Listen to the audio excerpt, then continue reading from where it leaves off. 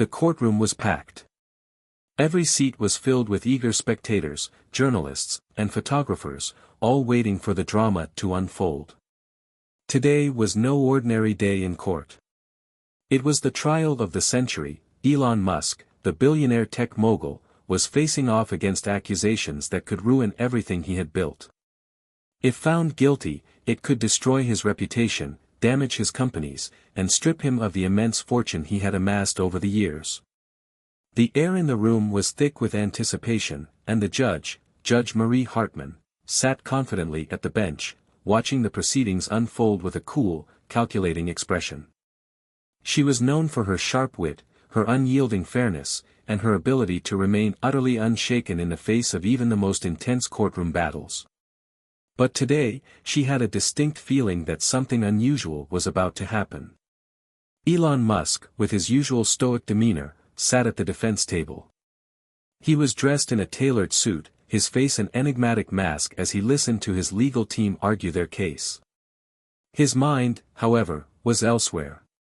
He was always 2 steps ahead, playing a game that no one else in the room fully understood. But in the back of his mind, a single thought echoed: how did it come to this? The case against him was based on allegations of fraud and deceit in one of his latest ventures. Someone had claimed that Musk's company had intentionally misled investors, causing them to lose millions. The prosecution had assembled a team of seasoned lawyers, each of them eager to dismantle Musk's empire piece by piece. But Musk was not one to go down easily. Judge Hartman watched the proceedings with amusement. She had heard all the hype about Musk, his eccentric personality, his far-reaching ambitions, and his ability to turn the impossible into reality. She had also heard the stories of his bravado, his larger-than-life persona that seemed to dominate every room he entered. But today, she wasn't concerned with his reputation. She was here to do her job, no bias, no favoritism. Just the law. The prosecution had just finished making their case, and now it was time for Musk's team to respond. Musk's lead attorney, a sharp-tongued lawyer named Rachel Summers, stood up, motioning for Musk to join her at the podium. The room fell silent as Musk rose to his feet and approached the microphone. The judge couldn't help herself, she allowed a small, knowing smirk to play at the corners of her lips. Musk had a reputation for being, well, a bit of a showman. She was certain he would try to charm the court, or perhaps make some dramatic statement to undermine the case. Let's see how this goes, she thought to herself. Elon stepped to the microphone, adjusted it slightly, and cleared his throat. He paused for a moment, scanning the room. And then, in his usual understated way, he spoke. "I'm not here to make excuses," he began, his voice calm and measured. "I'm here because I believe in my company, in my vision, and in the truth. The facts will speak for themselves, and I'll let the evidence do the talking." The judge's smirk faded into a more neutral expression. Interesting, she thought. He's not playing the usual game. Musk had a way of disarming people with his calm confidence, but Judge Hartman was used to these tactics. She had seen it all before. Just as Musk's defense team began to outline their counterarguments, Judge Hartman interrupted. "Mr. Musk," she said, her voice cutting through the room. "You're a man of many talents, but let me be clear, you're not going to talk your way out of this one with charisma alone. We're here to talk facts, not fairy tales." The courtroom fell into a brief silence, and the audience could sense the tension in the air. Musk's expression didn't change, he was unfazed. But Judge Hartman wasn't done yet. "You may be a genius, Mr. Musk," she continued, her voice laced with sarcasm, "but I'll tell you right now, I'm not going to let you steamroll this court with your usual charm and bluster. Not today." The judge's words hung in the air like a challenge. She had made her stance clear, she was not impressed by Musk's reputation. She wasn't intimidated by his wealth or his influence. In fact, she seemed almost amused by his presence in her courtroom. Elon's legal team shifted uncomfortably, but Musk remained calm. He exchanged a brief glance with Rachel, who gave him a reassuring nod. This was just the beginning. They could handle this. Rachel stood and motioned for the prosecution to continue their argument. But just as they began, something unexpected happened. Judge Hartman, who had been sitting with a slight smirk on her face, suddenly burst into laughter. "You've got to be kidding me," she said, her voice echoing throughout the courtroom. "This whole thing is ridiculous. Musk's team is trying to argue that he had no idea what was going on, that he was completely unaware of the accusations. Does anyone actually buy that? This man is a walking empire, he knows everything that happens in his business." Her laughter reverberated through the room. Musk's team looked at each other nervously, unsure of how to respond. The prosecution, on the other hand, exchanged smug glances, sensing they had the upper hand. But Musk, ever the strategist, remained still. He didn't flinch. He didn't even blink. He simply stared at the judge, his mind already calculating his next move. The judge's laughter subsided, and she leaned forward, her eyes narrowing slightly. "Mr. Musk," she said, her tone now sharp, "if you think you can walk in here, flash that cocky grin of yours, and convince me that you're the victim, then you've underestimated me. But I will give you a fair trial. Don't mistake my amusement for ignorance." Musk's lips curled into the faintest of smiles. "Your Honor," he said, his voice soft but filled with an almost unnerving confidence. "I never underestimate anyone. But I can assure you, the truth will speak for itself. And the truth has a funny way of turning the tables when people least expect it." Judge Hartman raised an eyebrow, clearly intrigued but not ready to back down. The tension between them was palpable. The audience could feel it, too. This wasn't just a legal battle, it was a battle of wills, and no one knew how it would end. As the day's proceedings continued, Judge Hartman found herself growing increasingly curious about Musk. She had expected him to crumble under pressure, to bluster his way through the case. But instead, he was playing a different game, one she hadn't anticipated. And though she tried to hide it, she couldn't help but be impressed. But there was no turning back now. The gloves were off. This trial was far from over, and Musk's genius was just beginning to show. Hit subscribe and leave a comment with where you're watching from. This story might just spark a new beginning. What's one thing that always pushes you forward, even when things get tough? Elon Musk had never been one to follow the conventional path. From a young age, he was determined to carve his own way in a world that often seemed indifferent to his ambitions. His childhood was a mixture of loneliness and curiosity. Born in Pretoria, South Africa, in 1971, he was the son of a Canadian mother and a South African father. His parents' tumultuous relationship was one of the first lessons he learned about the fragility of human connections. He lived with his father for much of his early life, a decision that would shape his outlook on life forever. Elon had always been the quiet, introspective type, preferring to spend his time reading science fiction novels and experimenting with computers. He wasn't the popular kid in school.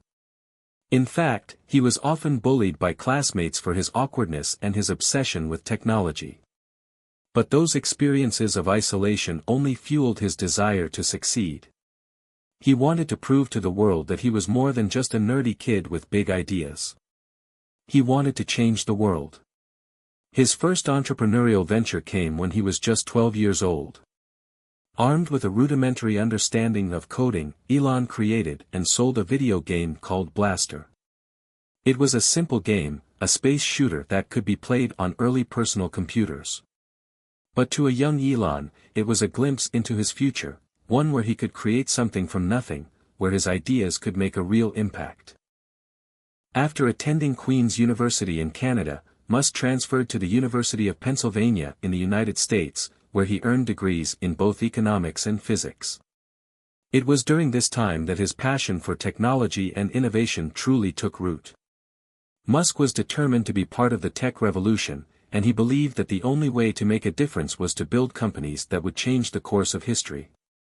In the mid-1990s, after dropping out of a PhD program at Stanford University after just 2 days, Musk co-founded Zip2, a company that provided business directories and maps for newspapers. It was a humble start, but Musk's relentless drive pushed him to build the company into a valuable asset. In 1999, Compaq acquired Zip2 for nearly $300 million, and Musk's journey toward becoming one of the world's wealthiest entrepreneurs began. From there, Musk went on to create X.com, an online payment company that later became PayPal. PayPal revolutionized the way people conducted online transactions, and in 2002, it was acquired by eBay for $1.5 billion. Musk's share of the sale was over $160 million, a fortune that allowed him to pursue his next big venture, SpaceX. SpaceX was born out of Musk's belief that humanity's future lay in the stars. While most people dismissed the idea of private space exploration, Musk saw an opportunity to make space travel more affordable and accessible. Despite numerous setbacks and failures, Musk's persistence paid off. SpaceX became the first privately funded company to send a spacecraft to the International Space Station, and it fundamentally changed the landscape of space exploration. Alongside SpaceX, Musk took on other ambitious projects. In 2004, he joined Tesla Motors, a company dedicated to producing electric vehicles, with the goal of reducing the world's reliance on fossil fuels. Under Musk's leadership, Tesla became synonymous with innovation, creating electric cars that were not only environmentally friendly but also sleek and high-performing. But Musk's success wasn't without its struggles. In fact, he had faced failure after failure, especially in the early days of SpaceX and Tesla. There were times when he had nearly lost it all. He had to borrow money to keep both companies afloat. At one point, he considered selling SpaceX just to save Tesla. But through sheer determination, he managed to pull both companies back from the brink of collapse. Musk became known as the ultimate risk-taker, the man who dared to dream bigger than anyone else. Despite his business successes, Musk's personal life was often chaotic. He had been married 3 times, twice to the same woman, Tallulah Riley, and had numerous relationships in between. Musk's intense work schedule and relentless pursuit of success left little room for a stable personal life. Yet, even in his personal failures, Musk's drive remained unshaken. He never allowed himself to be defined by his setbacks, whether in business or in love. He always pressed forward, thinking that the next challenge was just another step toward achieving his ultimate vision. Musk's reputation as a visionary was cemented by his plans for the future.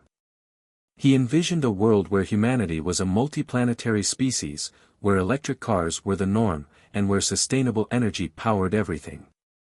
His companies, SpaceX, Tesla, Neuralink, and the Boring Company, were all pieces of a larger puzzle, each one contributing to the bigger picture of Musk's grand vision. But despite his impressive track record, Musk had made powerful enemies along the way.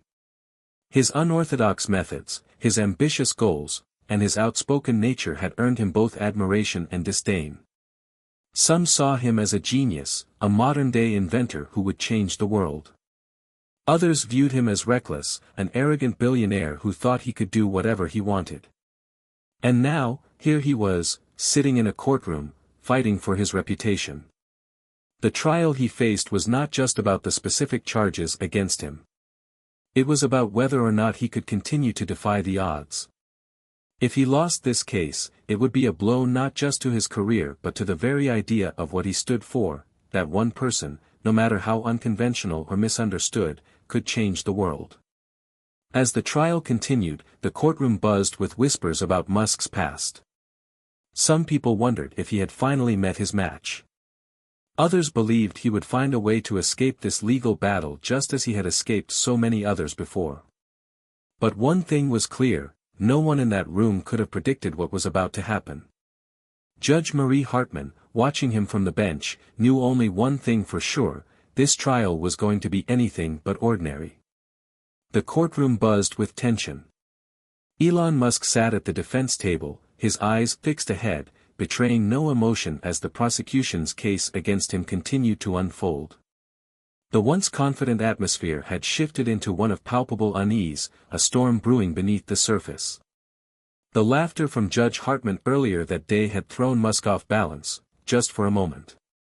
He knew he had to regain control, to ensure that his legal genius shone through and that his reputation wasn't shattered in front of the entire world. Across the courtroom, the prosecutor, William Forth, a seasoned attorney known for his sharp mind and even sharper tongue, paced back and forth. His words were laced with precision as he made his case, each point building on the last with calculated intensity. His team, a group of well-coiffed and highly trained lawyers, worked together like a well-oiled machine, relentlessly pressing their points. "Ladies and gentlemen of the jury," Forth began, his voice rich with authority, "we are not here to debate the genius of Mr. Musk.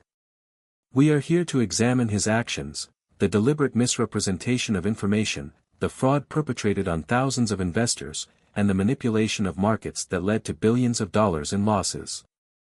The truth is clear, Mr. Musk may have revolutionized industries, but that doesn't give him the right to break the law." Forth turned toward Musk, locking eyes with him for a brief moment. His gaze was piercing, the words he spoke meant to dismantle the very foundation of Musk's defense. "This isn't just about one bad decision or a mistake in judgment. This is about a pattern of deceit, a pattern that begins with the manipulation of data, continues with false promises, and culminates in a complete disregard for the people who trusted Mr. Musk's word. This trial is not about creating a legacy, it's about holding someone accountable for their actions." Musk's legal team, led by Rachel Summers, was calm and poised. She exchanged a brief glance with her client, her fingers tapping against the desk, the only indication that the proceedings were weighing heavily on her mind. Summers knew that this was the moment where they had to shift the momentum. They had to strike back, and they had to do it now. Standing up from her seat, she addressed the court, her voice clear and confident. "Your Honor, ladies and gentlemen of the jury," she began, "Mr. Musk is not here to defend some idealized version of himself. He is here because he believes in the truth. He believes in transparency, in the very essence of innovation. Yes, mistakes were made. But those mistakes were not made with malicious intent. They were made in pursuit of something greater, a vision that, if realized, could change the world for the better." She paused, letting the words sink in. The courtroom was silent, each person hanging on her every word. Even Judge Hartman's usual impassive expression seemed to soften, though only slightly. Summers continued. "Elon Musk has changed the course of history, through Tesla's electric revolution, through SpaceX's groundbreaking space exploration efforts, through SolarCity's commitment to renewable energy. To paint him as some villain is not only misleading, it's a disservice to the very ideals that drive progress.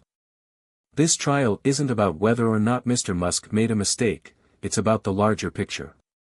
It's about what his companies stand for, and the tremendous impact they've had on industries worldwide." The prosecutor raised an eyebrow, visibly unshaken by the defense's statement. Forth knew that Summers was a formidable opponent, but he was just as confident in his case. The jury's eyes flickered between the two sides, caught in the crossfire of this battle for truth. And then, unexpectedly, Musk stood. The room held its breath as the tech mogul approached the podium. His movements were deliberate, his confidence unwavering. There was a shift in the air. He wasn't here to charm the court this time, he was here to lay out his truth. "Your Honor," Musk began, his voice steady but piercing, "the prosecution's case rests on a simple assumption, that I am somehow intentionally deceiving the people who invest in my companies. But what if that assumption is wrong?" He looked at the jury, his gaze steady, as though trying to pull them into his world, a world where innovation and risk-taking were part of the journey. "What if I took risks, like any entrepreneur, in an effort to change the world?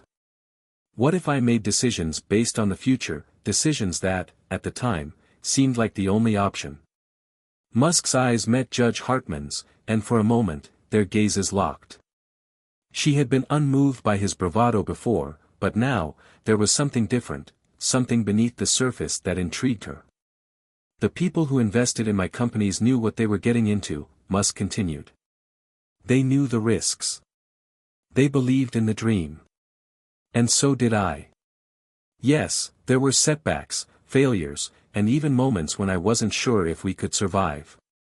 But in the end, the world is a better place for it. Tesla is changing how we think about energy. SpaceX is making space travel a reality. We're not here for small wins. We're here for the big ones. And no amount of accusations can change that.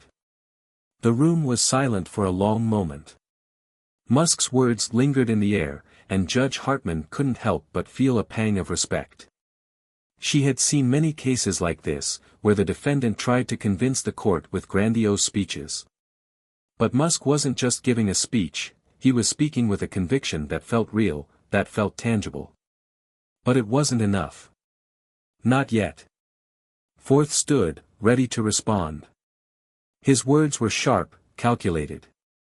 Mr. Musk, your words sound impressive, but they don't change the facts. You may have convinced some that you're a visionary, but you are still the defendant in this case. We are here to deal with the facts, and the facts don't support your narrative. The battle lines were drawn. Each side dug in, preparing for the next phase of the trial.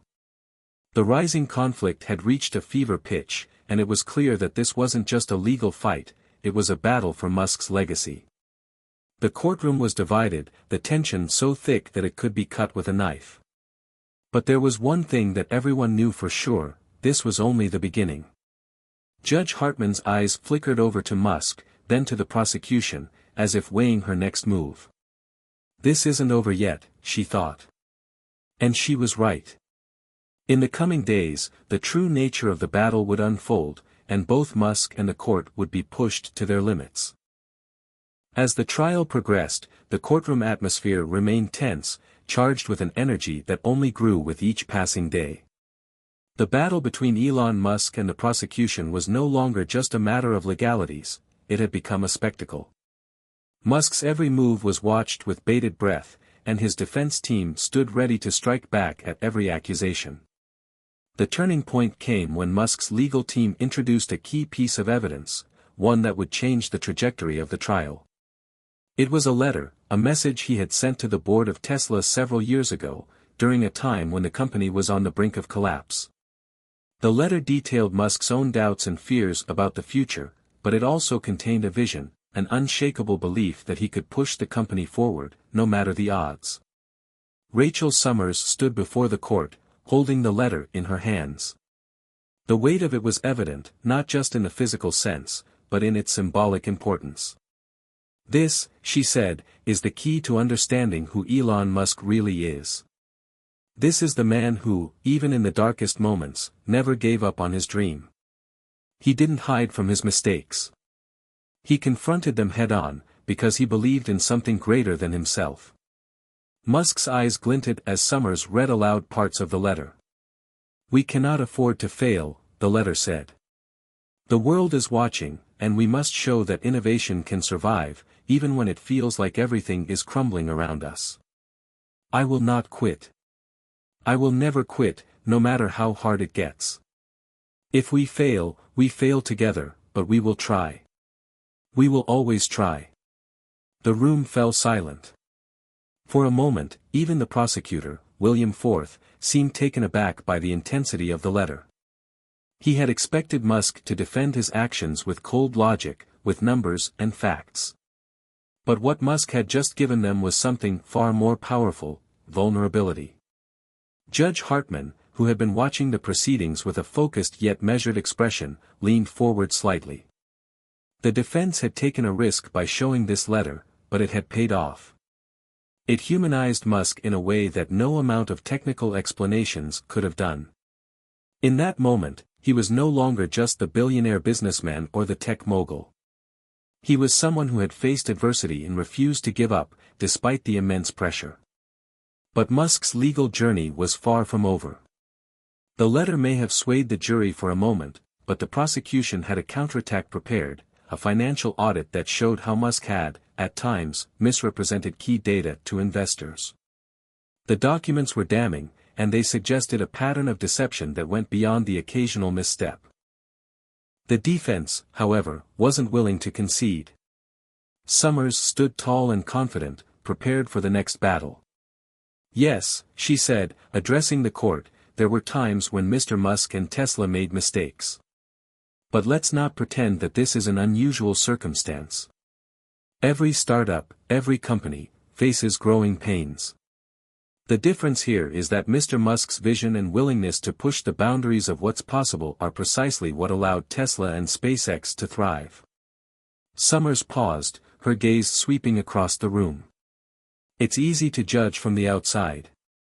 But if we judge Elon Musk solely by the moments of failure, we ignore the incredible strides he has made, how he's revolutionized industries, how he's pushed humanity forward. You can't dismiss decades of groundbreaking work because of a few rough patches. That's not fair, and it's certainly not justice. At that moment, the atmosphere in the courtroom shifted again. The tension in the air was still palpable, but it was clear that Musk's defense had taken a step closer to winning the hearts and minds of those present. Even Judge Hartman, who had remained neutral up until now, seemed to acknowledge the weight of Musk's commitment. Then came the most unexpected twist. Musk himself took the stand. He had been silent for most of the trial, letting his legal team do the talking. But now, with everything on the line, he knew it was time to speak for himself. Standing before the jury, Musk exuded a quiet confidence, though there was a flicker of vulnerability behind his eyes. He knew that this was the moment that could determine his fate. His voice was calm but carried an undeniable intensity. Ladies and gentlemen of the jury, he began, I didn't come here today to make excuses. I came here because I believe in what I've built. And more importantly, I believe in the people who have supported me, my team, my investors, and the millions of customers who trust our products. He took a deep breath before continuing. I've made mistakes, yes. But those mistakes don't define me. They don't define Tesla. And they certainly don't define SpaceX. We have built something that has never existed before, something that has the power to change the world. We've taken risks because we had to. We had no choice but to dream bigger. There was a pause as Musk glanced at the jury. I'm not here to ask for sympathy. I'm here to ask for understanding. I'm here to ask you to look at the bigger picture. We're not just talking about a few financial transactions. We're talking about the future. We're talking about creating a sustainable future, about making life on Earth, and beyond, better. It was a passionate plea, one that reached deep into the hearts of those who heard it. Musk wasn't just defending himself, he was defending his dream, his vision, his legacy. And in that moment, the jury couldn't help but feel that the man before them wasn't just a billionaire, he was someone who had invested everything in a better future. A future that seemed just within reach. But even as Musk spoke, there was still one more twist in this climactic journey. William IV had been quiet during Musk's testimony, his eyes narrowed, his expression unreadable. As the defense finished its argument, the prosecutor finally stood, ready for the last round of the battle. And then, Forth did something no one expected, he smiled. It was a smile that sent a ripple of tension through the courtroom. For a moment, it seemed as if the prosecutor might concede, but everyone knew better. This battle wasn't over yet.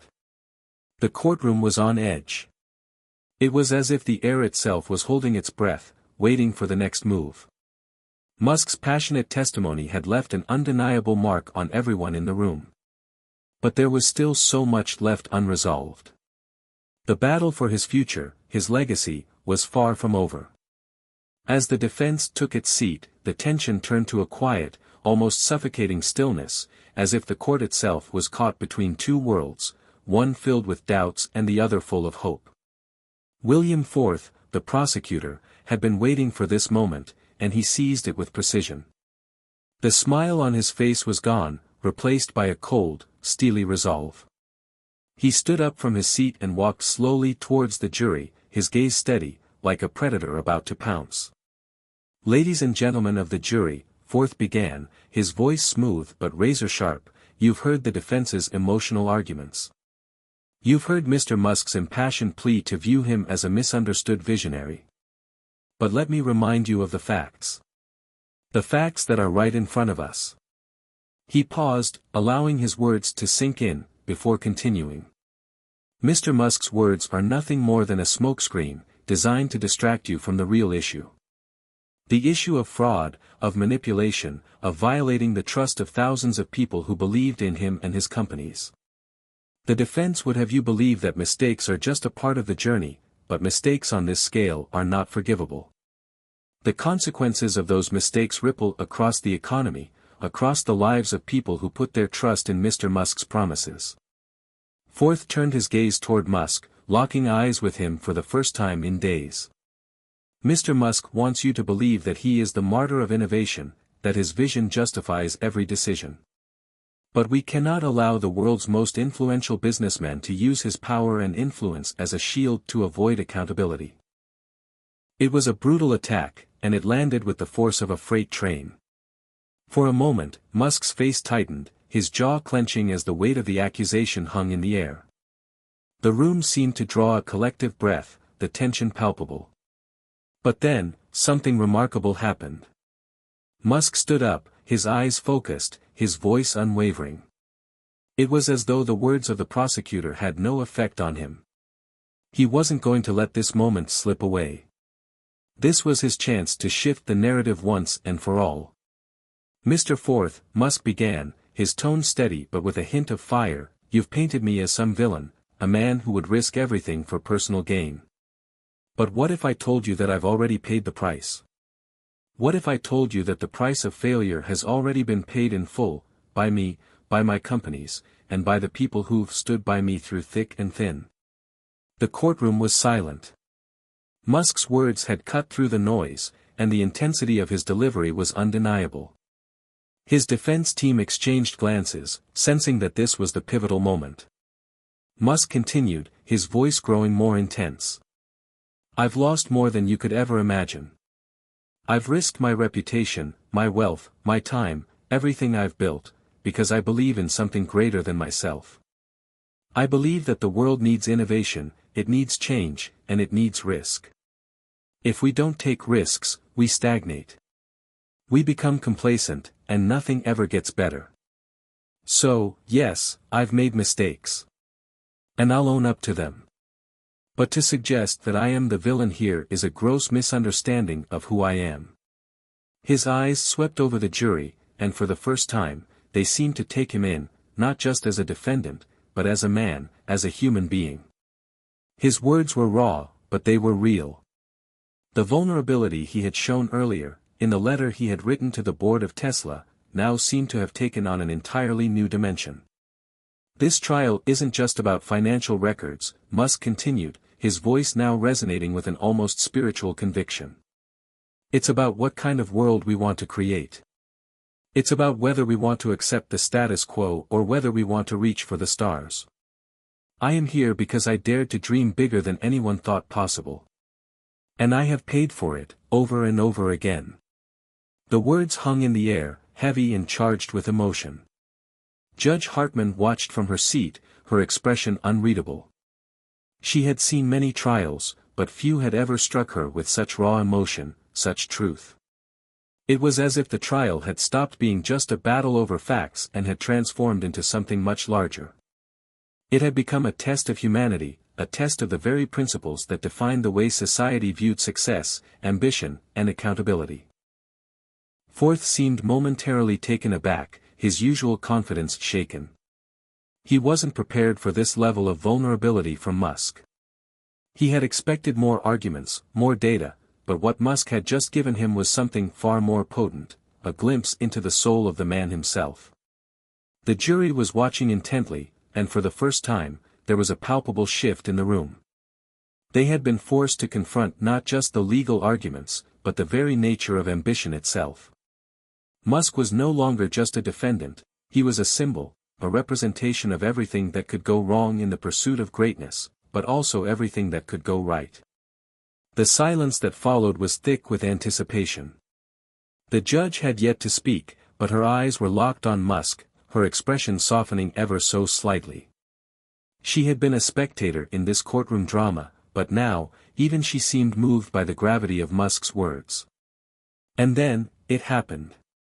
Fourth, seemingly realizing that the tide had shifted, regained his composure.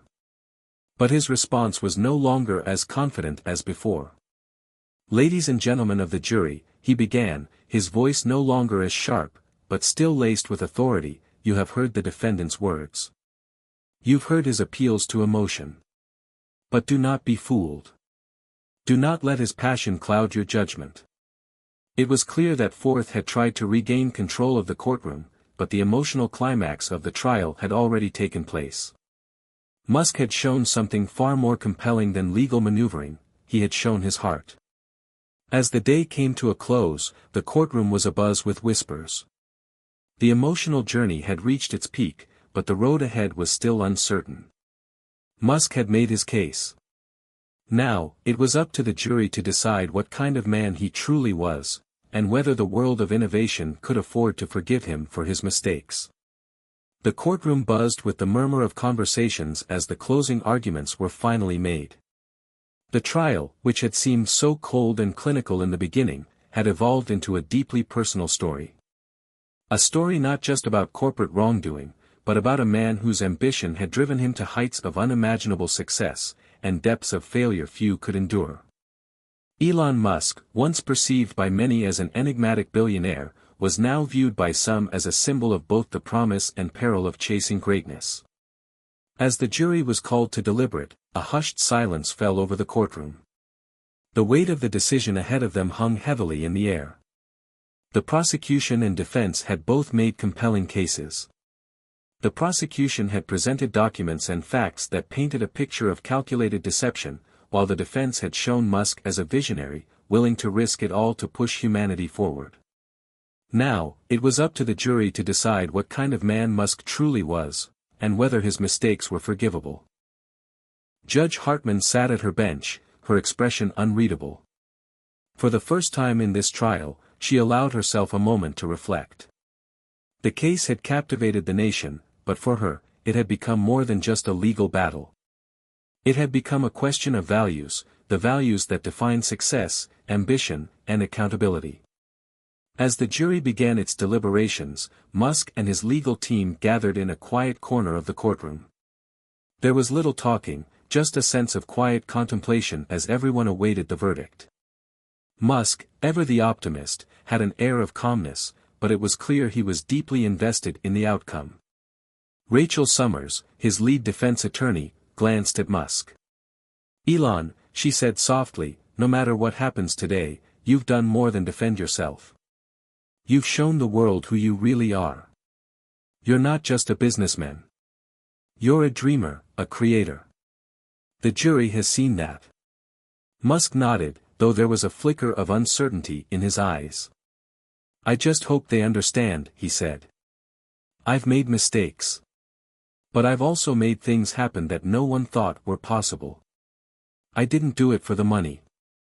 I did it because I believe in something bigger than myself." Summers smiled. "I think they'll understand." Meanwhile, across the courtroom, the prosecution team sat in tense silence. William Forth, the lead prosecutor, had remained stoic throughout the trial, but now, in these final moments, there was a crack in his demeanor. He had presented the case against Musk with unrelenting precision, but a part of him couldn't shake the sense that something larger than the legal battle had taken place in the courtroom. Forth had expected to find a villain in Musk, someone who would stand exposed, vulnerable, and easy to condemn. But what he had found was a man who, despite his flaws, had managed to build something extraordinary. A man who had taken risks that others wouldn't dare, and had paid the price for them in ways that were far from easy. As the deliberations continued, Forth couldn't help but reflect on his own journey. He had entered the courtroom wanting justice, but now he found himself questioning what justice truly meant in this case. Was it simply about punishing wrongdoing, or was it about understanding the broader context? About balancing accountability with the need for innovation? After what felt like an eternity, the jury filed back into the courtroom. The foreperson, a middle-aged woman with a calm and collected demeanor, stood up and turned to Judge Hartman. "Your Honor," she said, her voice steady but carrying the weight of their decision, "we, the jury, have reached a verdict." Everyone in the room leaned forward in anticipation. Musk's team held their breath, and even the prosecution stood with a quiet tension, knowing that their fate had been sealed by the jury's hands. Judge Hartman nodded. "Please, proceed." The foreperson cleared her throat and spoke. "In the case of the United States versus Elon Musk, we find the defendant, not guilty of all charges." The courtroom fell into stunned silence. Musk's heart stopped for a moment as he processed the words. Not guilty. He couldn't quite believe it. He had been prepared for anything, guilt, partial blame, a heavy fine, but this? This was more than he had hoped for. It was a complete and utter vindication. His legal team erupted into cheers, hugging each other, but Musk stood motionless for a moment, trying to grasp the magnitude of the verdict. He turned slowly toward Rachel Summers, who had a look of quiet satisfaction on her face. He couldn't help but smile, though his smile was tinged with the relief and exhaustion of the long battle. Judge Hartman's voice cut through the silence. "The verdict has been read, and the jury has rendered their decision. Mr. Musk, you are free to go."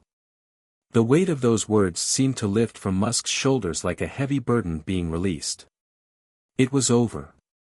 The trial, the accusations, the months of uncertainty, all of it had come to an end. As Musk walked out of the courtroom, surrounded by his legal team and supporters, he allowed himself a moment to breathe. His mind raced with thoughts of what lay ahead. He had won the battle in the courtroom, but the fight for the future of his companies, the world's perception of him, and the legacy he would leave behind was far from over. But for now, he could savor this moment of triumph. And in that quiet moment, as he stepped out into the sunlight, Musk couldn't help but reflect on the journey that had brought him here. The road had been long, filled with obstacles, mistakes, and doubts. But it had also been filled with hope, vision, and the unwavering belief that anything was possible if you were willing to take risks. He had been laughed at, doubted, and even scorned. But today, he stood victorious. Today, he had proven that sometimes, the greatest victories come not from winning the battle, but from understanding the true cost of chasing a dream. As Musk walked toward the future, he knew that the world would never stop questioning him, never stop challenging his every move. But he was ready. Because, above all else, he had learned the most important lesson of all. Sometimes, the greatest victories are not measured by the number of people who support you, but by the strength to keep moving forward, even when the odds seem insurmountable. The weeks following the trial were nothing short of transformative for Elon Musk. The courtroom drama had come to an end, but the repercussions of his victory were only just beginning to unfold. He had won not only the legal battle but had reclaimed his place as one of the most influential figures in modern innovation. However, the war for public perception was far from over. As Musk settled back into the rhythm of his everyday life, his mind was consumed with the future, what the trial had proven, the stakes for his companies, and most of all, the lessons he had learned from the experience. While he may have come out unscathed legally, he knew that a deeper shift had occurred, one that couldn't be measured in courtrooms or verdicts. The world had seen a new side of him, an authenticity that resonated with many and turned the tide of public opinion in his favor. But not everyone was ready to forgive and forget. The media coverage in the aftermath of the trial was a whirlwind. Headlines across the globe alternated between calling him a visionary and a controversial figure who had narrowly escaped the consequences of his actions. Some pundits praised Musk for his bravery, while others accused him of using his fame and resources to manipulate the legal system. Musk knew he couldn't control the narrative, but he could continue to build, to innovate, and to prove the doubters wrong. He found solace in his work, the very thing that had brought him here in the first place. At Tesla, the future of electric vehicles was becoming more solidified with each passing day. New breakthroughs in sustainable technology were emerging. The SpaceX missions were gaining momentum, and the dream of making life multiplanetary was beginning to seem less like science fiction and more like an achievable goal. But the victory in the courtroom was bittersweet. Musk had paid a heavy price for his ambition. The trial had forced him to confront his own limitations, his flaws, and his humanity. He had spent years focusing solely on the future, the next big thing, always reaching higher, always pushing the boundaries of what was possible. But in doing so, he had neglected the emotional costs, the toll his drive had taken on his personal life, on his relationships, and on the perception of who he was as a person. His victory had been hard-earned, but it was also a moment of introspection.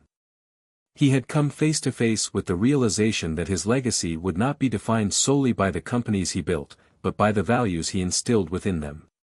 His mission had always been about changing the world, but he had failed to realize how deeply those changes had affected those closest to him. The question lingered in his mind: could he balance the relentless pursuit of progress with the need for meaningful connections with those around him? As he sat in his office at Tesla, his thoughts wandered to the people who had been with him every step of the way. His family, his friends, his colleagues, they had all supported him in different ways, and yet, he had always put his ambition first. It was time for a shift. He needed to find a way to move forward, not just as a businessman, but as a man who had learned something essential about the cost of success. It was then that he received a message from Rachel Summers, his lead defense attorney, the one who had stood by him during the trial. The message was simple, but it made his heart skip a beat: "We need to talk. It's about the future." Elon picked up the phone and dialed her number, eager to know what was on her mind. "Hey, Rachel. What's up?" he asked, his voice filled with curiosity. Rachel's voice was calm and professional, but there was an unmistakable hint of excitement. "Elon, I've been thinking. You've been through the ringer, and you've come out the other side. But now it's time to think bigger. It's time to use this moment to create something lasting, not just for you, but for everyone who believes in the future of innovation." Musk leaned back in his chair, a smile forming on his lips. "What are you suggesting?" Rachel's words came quickly, as if she had been planning this moment for some time. "Elon, you've proven you can fight the system, but now it's time to show the world how we can all work together to reshape it. There's a need for a new kind of collaboration, between innovators, lawmakers, and communities. I think it's time for you to start using your voice for something greater than just your companies. It's time to create a platform for change. Not just in business, but in the way we think about progress, ethics, and technology." Elon was quiet for a moment, considering her words. It was a powerful suggestion, one that could reshape everything. Rachel's idea was bigger than anything he had ever considered. It wasn't just about technology, it was about harnessing the power of change and directing it towards something that could unite people, governments, and industries. It was about creating a movement. He stood up and paced around his office, his mind whirling with possibilities. He had always prided himself on being at the forefront of technology, but this was different. This wasn't just about creating the next big thing, it was about redefining what it meant to innovate in a world that was increasingly divided. "Rachel, I like this idea," Musk said, his voice filled with conviction. "It's time to use this platform, not just to build a business, but to build a better world. Let's create something that can bring people together, that can solve the problems we're all facing, and that can drive real, meaningful change." Over the next few weeks, Musk and Rachel worked tirelessly to conceptualize a new initiative. The idea would be ambitious, far-reaching, and perhaps even a little risky. But for Musk, it felt like the natural evolution of everything he had worked for. He wasn't just going to lead a revolution in technology. He was going to lead a revolution in how technology was integrated into society, how it was governed, and how it could be used to create a more sustainable, equitable future. They called it Project Nexus. It would be a collaboration between innovators, thought leaders, lawmakers, and global citizens, a platform for building the future with a focus on sustainability, ethical technology, and social responsibility. The goal wasn't just to make the world more technologically advanced, but to ensure that those advancements benefited everyone, not just the wealthy or powerful. Musk knew that the road ahead would be filled with obstacles, but this time, he wasn't going to walk it alone. He had learned the hard way that the true power of innovation wasn't just in building things, it was in building communities, in creating a vision that could inspire others to join in. Project Nexus wasn't just Musk's future, it was the future of humanity. As the first official press conference for Project Nexus loomed on the horizon, Musk stood before the cameras, ready to share his new vision with the world. But this time, the stakes felt different. This wasn't just another announcement, it was a statement about who he was and what he stood for. And as the lights flashed and the world's eyes turned toward him, Musk smiled, knowing that the future was his to shape. The announcement of Project Nexus reverberated across the globe, dominating headlines for weeks. Elon Musk, once the subject of courtroom drama, was now the architect of a new kind of revolution. The response was mixed, as expected. Some hailed it as a visionary step toward solving global problems, while others were skeptical, questioning whether Musk could actually pull it off. For Musk, it didn't matter. The trial had been a pivotal moment in his life, but now, he was fully immersed in the future. This was about more than just technology, it was about shaping a legacy that could endure far beyond his own time. He was no longer just a business magnate. He was a man on a mission to redefine the very fabric of society. As he prepared for the launch of Project Nexus, he couldn't help but reflect on the many moments that had brought him here. From the early days of Tesla and SpaceX to the courtroom drama that had almost destroyed him, it felt like everything had led to this moment. The dream he had always carried, to change the world, was now more tangible than ever. But as the days passed and the excitement built, Musk found himself facing an unexpected challenge. The media, once obsessed with his every move, was now scrutinizing every detail of Project Nexus. They questioned his motivations, his timing, and whether he could really create a platform that could change the course of humanity. Was he a true reformer, or just another billionaire with an ego too big to fail? His legal team, still led by Rachel Summers, had been advising him on how to navigate the public relations storm. Rachel had become more than just his attorney, she had become a trusted advisor, someone who understood him in ways few others did.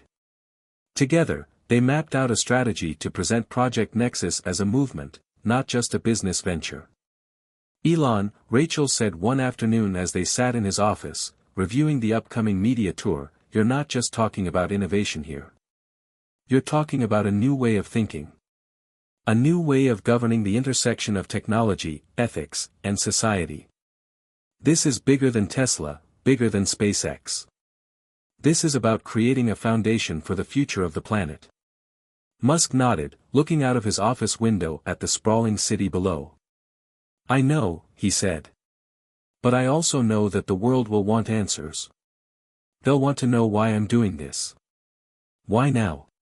What's the real reason behind Project Nexus?" Rachel paused, taking a moment to think. "It's simple. You've been at the forefront of technological innovation for years. Now, you're ready to show the world that innovation doesn't have to come at the cost of ethics. It doesn't have to mean more inequality or environmental degradation. Project Nexus is about leading with purpose. It's about making sure the future we're building is one that benefits everyone." The idea of ethical innovation resonated deeply with Musk. He had always believed that technology should serve humanity, but now, with the weight of the trial behind him, he understood that he had to be more than just a creator. He had to be a responsible leader, one who could wield his influence for good.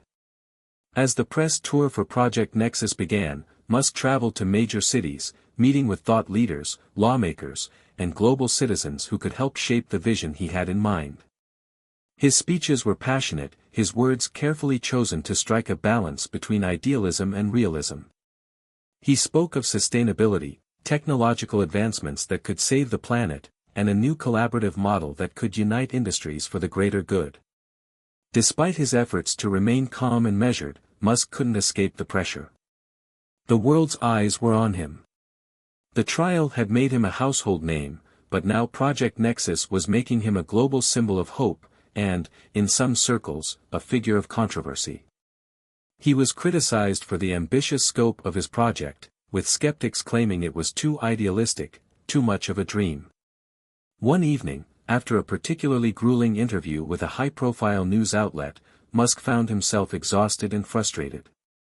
He was sitting in the back of a sleek black car, heading to his next destination, when his phone buzzed. It was a message from Rachel.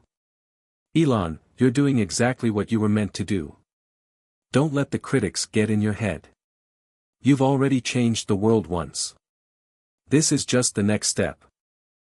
Her words hit him harder than he expected. In the whirlwind of media coverage, Musk had lost sight of why he started in the first place. He wasn't doing this for fame, for approval, or for validation.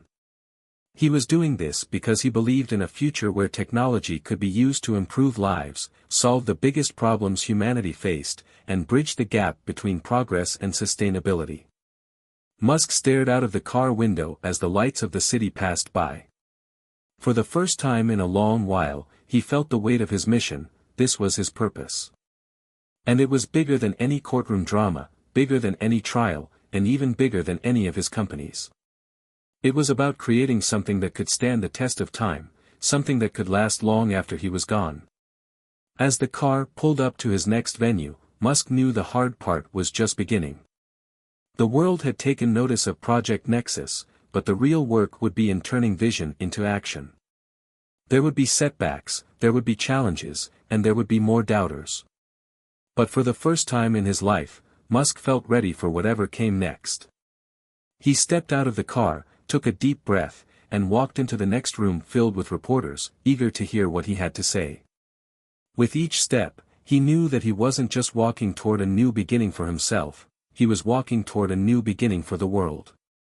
The weeks that followed the initial announcement of Project Nexus were filled with mixed emotions for Elon Musk. On one hand, the support he had received from some of the most influential leaders in technology and business was exhilarating. His ideas had resonated deeply with people who shared his vision for a future where ethics and sustainability played as much of a role in innovation as profit and growth. On the other hand, the resistance he faced was growing stronger every day. As expected, there were critics, particularly from the traditional power structures, corporate giants, politicians, and industry insiders who felt threatened by Musk's bold new direction. They saw Project Nexus as a potential disruption, one that could undermine their established control over global markets. They didn't want the kind of change Musk was proposing. They wanted things to stay the way they were. Elon had always known that his work would not be without opposition, but this was different. The stakes were higher than ever. His vision wasn't just about creating the next big technological breakthrough, it was about revolutionizing the way society thought about progress.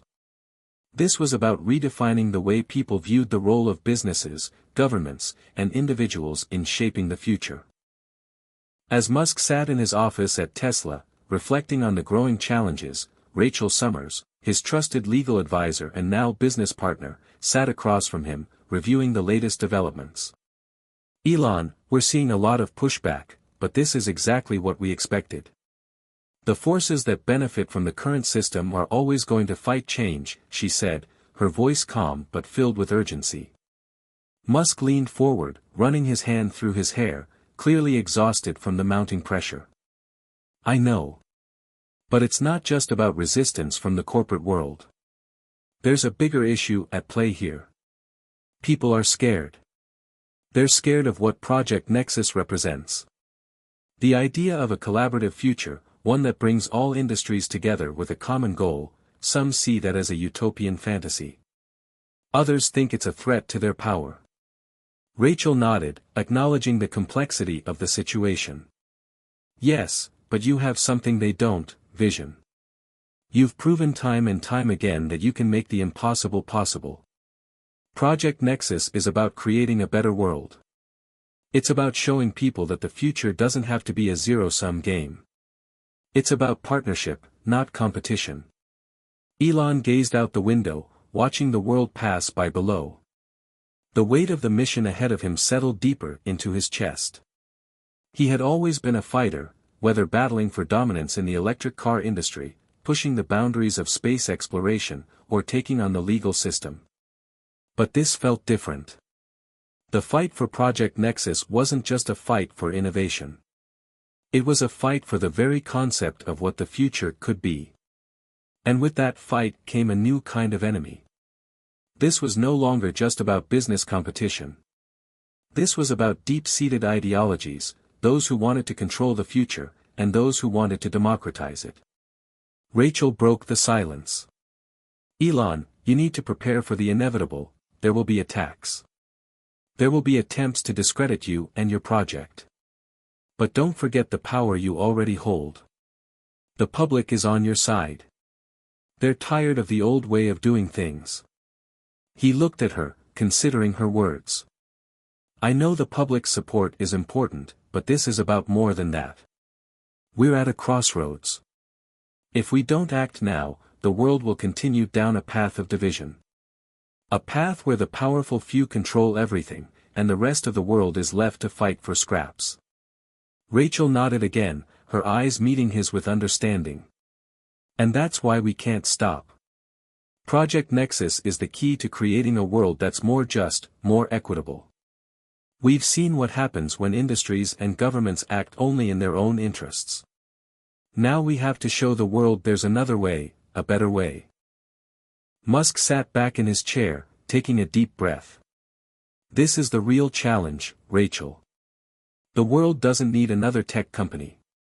It doesn't need another billionaire trying to change things for the sake of his ego. What it needs is a movement. And if we're going to make that happen, we need to build an unstoppable force. Rachel's eyes narrowed as she thought for a moment. You're right.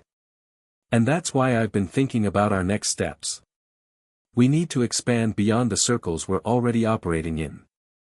We need to bring in the skeptics, the ones who don't believe this can work, the ones who feel like they're being left behind. We need to show them that Project Nexus is for everyone, not just for the elite. Musk stood up, pacing the room, his mind already working on the plan. You're right. It's time we take this message to the people. We need to create a campaign, one that speaks to everyone, no matter their background. Project Nexus isn't just a product, it's a vision for a future where every person has a stake in the decisions that shape the world. We're going to make sure that everyone knows they have a voice in this. The next few months were filled with intense planning and strategy as Elon and Rachel worked together to expand the reach of Project Nexus. They traveled the world, meeting with various leaders, activists, and community organizers. They were careful to ensure that the voices of the underrepresented were heard, those who felt that the system had left them behind. It was a delicate balancing act, but Elon knew it was essential. And slowly, the resistance began to soften. People who had once dismissed Project Nexus as an impossible dream started to see the tangible benefits of the initiative. They realized that the idea of collaboration wasn't about giving up power, it was about sharing it. It wasn't about eliminating competition, but about creating a healthier environment where innovation could thrive in a way that benefited everyone. But the opposition was still there, waiting for any misstep to capitalize on. Musk knew that this battle would not be won easily. Every victory, every success, was hard-earned. And yet, with each new ally, with every new supporter, he began to feel that the tide was slowly turning. He wasn't just building a company or a project, he was building a movement, one that was reshaping the world in ways that could not be undone. As the global response to Project Nexus continued to grow, Musk couldn't help but think back to the courtroom, where the laughter and disbelief had given way to stunned silence. It was there, in that moment, that he had realized something essential, that sometimes, it takes the unimaginable to make people believe in the impossible. Now, with Project Nexus gaining momentum, he knew that the impossible was no longer out of reach. Elon Musk had faced countless challenges throughout his career, from the heights of success to the depths of failure, but nothing compared to the pressure he felt now. Project Nexus had begun to take on a life of its own, and with every new step forward, the stakes grew higher. The world was watching, waiting for him to make good on his promises, and with that came an increasing number of critics, doubters, and enemies who were more than willing to tear him down. But there was one moment that Musk would never forget, the day he received an unexpected invitation from a powerful group of business leaders, politicians, and environmentalists. They had been quietly observing his progress, intrigued by the potential of Project Nexus, but also wary of the implications it had on their industries. It wasn't just Musk's ideas that were at the heart of the conversation, it was the power shift he was creating. The meeting was set to take place in a private, high-rise conference room in New York City. Musk walked into the room, his eyes scanning the faces around the table. There were no smiles, only serious expressions. This was not going to be a friendly chat. This was a test. The first to speak was a tall man with a commanding presence, Richard Ford, the CEO of one of the largest fossil fuel conglomerates in the world. He had built his empire by navigating the world of oil and gas, but today, he wasn't here to talk about profits. "Mr. Musk, we've been following your work closely," he said, his tone carefully measured. "Project Nexus is an interesting concept, but we have concerns. Big ones. You're proposing a fundamental shift in the way business and society operate, and we need to understand what that means for the industries we've built." Elon leaned forward, his hands resting on the table, his eyes locked on Ford. "You're right, Richard," Musk said. "Project Nexus does represent a shift, but it's one that's necessary. The old way of doing things isn't sustainable. The world is changing, whether we like it or not. We can either adapt and thrive, or we can continue down a path of environmental destruction and inequality." Ford scoffed, a faint smirk tugging at his lips. "You think you can just change the course of history with a few tech startups and some fancy ideals? The world doesn't work that way. The oil industry has been around for over a century. It's deeply embedded in every part of our economy." Musk's expression remained calm. "And how much longer do you think that's going to last? The world is waking up. People are demanding cleaner energy, sustainable solutions, and responsible business practices. You may not see it yet, but the market is shifting, Richard. Project Nexus is part of that shift." A hush fell over the room. Musk had just laid down a challenge, and Ford was silent for a moment, clearly weighing his next words. It wasn't just about business anymore. This was about power. Power that Ford, and many others in the room, weren't willing to let go of easily. Ford's voice grew more forceful. "We don't need some Silicon Valley dreamer coming in here to tell us how to run our businesses. Project Nexus might sound good on paper, but you can't just wave a magic wand and expect the world to change overnight." Musk took a deep breath, his mind racing through the complexities of the conversation. This wasn't just about convincing a few industry giants, this was about a fight for the future. He wasn't going to back down. He wasn't going to let anyone hijack his vision. "I'm not here to wave a magic wand, Richard," he said, his voice steady.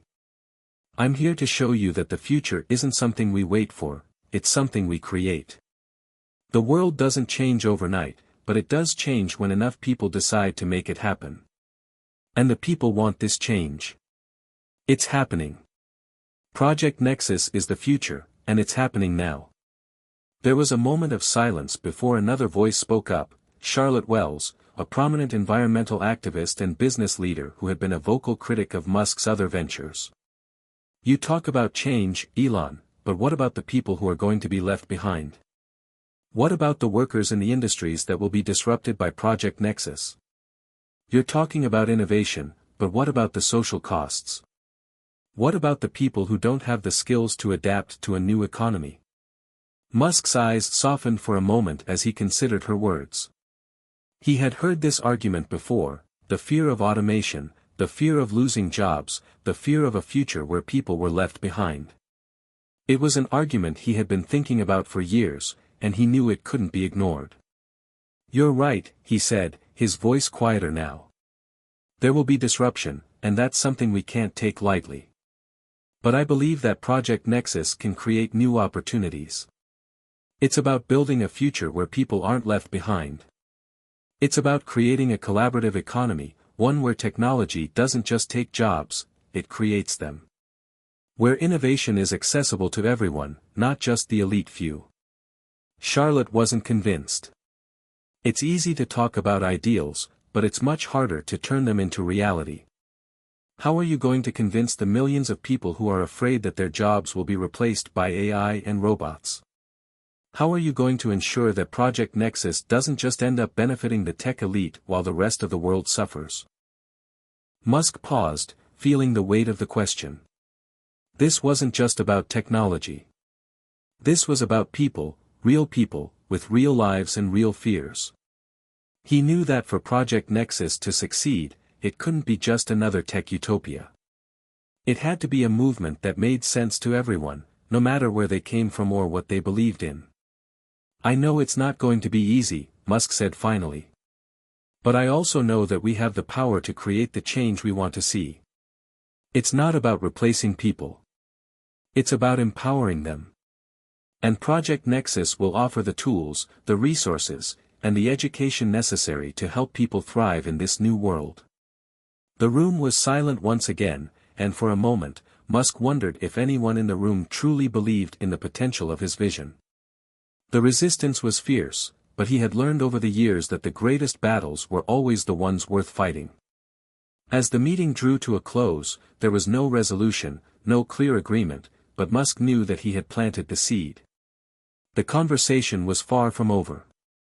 And though the road ahead would be filled with resistance, he was more determined than ever to see it through. The world was changing, and Project Nexus was going to be at the heart of that change. The tipping point had come. Hit subscribe and leave a comment with where you're watching from. This story might just spark a new beginning. What's one thing that always pushes you forward, even when things get tough? It was an unusual Tuesday when Elon Musk received the call that would change everything. He had been in constant motion, attending meetings, strategizing with his teams, and traveling between projects. As always, his mind was consumed with the future. Project Nexus was moving forward, but there was still much work to be done. Yet in that fleeting moment, everything paused when his phone rang. It was Rachel Summers. "Elon, I think we've got it." Rachel's voice was a mix of excitement and relief. "The legal team just secured the first major victory in our favor. The court ruling came through. It's official. Project Nexus is now protected from all legal challenges related to intellectual property." Elon couldn't suppress a smile. He had been bracing for legal battles, knowing the corporate giants and political forces that opposed him would stop at nothing to derail his progress. Intellectual property laws had always been a battleground for innovators, and securing this victory was a massive step forward. "That's huge," Elon said, his voice steady but filled with triumph. "Tell me everything." Rachel filled him in on the details. The case had been months in the making, a complex legal fight where Musk's vision for a decentralized, collaborative platform was at risk of being buried under a pile of lawsuits from rival corporations who claimed Project Nexus was infringing on their patents. The legal team had worked tirelessly to demonstrate that Project Nexus was a new breed of innovation, something fundamentally different from anything currently on the market. The ruling wasn't just a win for Musk, it was a win for the very idea of pushing the boundaries of what was possible. The judge, a seasoned attorney with a reputation for fairness, had ruled that the principles of Project Nexus were not only legal but also necessary for the advancement of technology in a new age. It was a precedent-setting moment. "This is the moment we've been waiting for," Rachel continued. "It's not just a legal victory, it's a clear message to the world that we're here to stay. We're not backing down, no matter the opposition." Elon leaned back in his chair, his mind racing. He knew this was only the beginning. One victory in court didn't guarantee the success of Project Nexus. There would be more challenges ahead, perhaps even more fierce than the ones they'd already faced. But for now, this moment felt like the wind in his sails. "This changes everything," Elon said. "Now we have to push forward even harder." We need to take this victory and turn it into a rallying cry for everyone who believes in what we're doing. We're going to show the world that the future can be different, and that we're leading the way." Rachel's tone was firm. "Exactly. And we need to keep the momentum going. The press is going to be all over this. We need to make sure the message is crystal clear. This isn't just about technology. This is about creating a better world, a world where collaboration and innovation take precedence over profit and control." Elon nodded. "Let's get started. We'll set up a global press conference. It's time to go public with our next steps. Let's make sure everyone knows that Project Nexus is the future of how we live and work." The press conference was scheduled for the following week, and the anticipation was palpable. Elon had faced his fair share of media attention, but this was different. This was the moment he would finally show the world the true potential of Project Nexus. It wasn't just about flashy technology or billion-dollar ideas, it was about a future that he believed could be better for everyone. As the day of the press conference arrived, the stakes were higher than ever. The world's media descended upon Tesla's headquarters, cameras flashing, reporters scrambling for the latest scoop.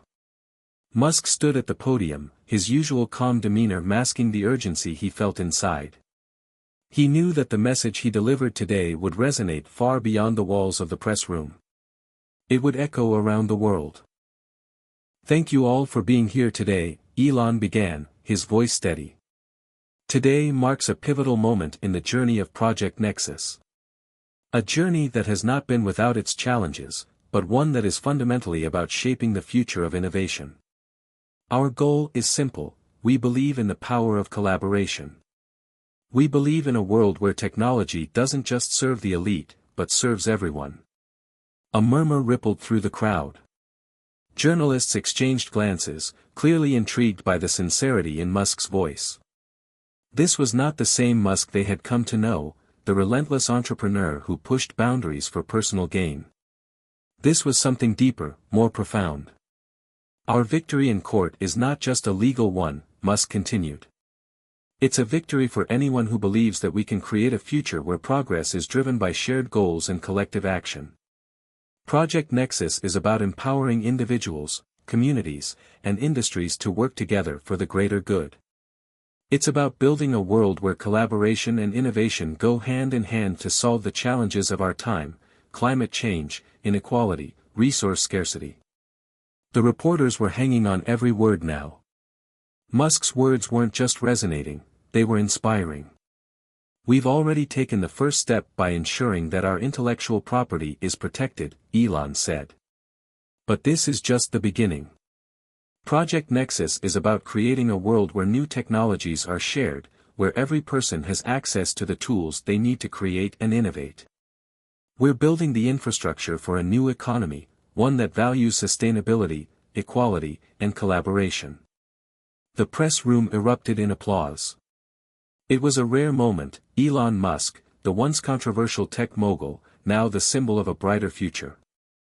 The message was clear: Project Nexus wasn't just another Silicon Valley project, it was a movement.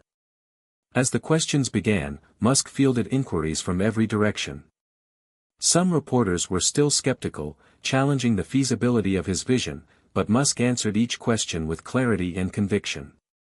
He was no longer just defending an idea, he was championing it. And in that moment, the tide seemed to shift.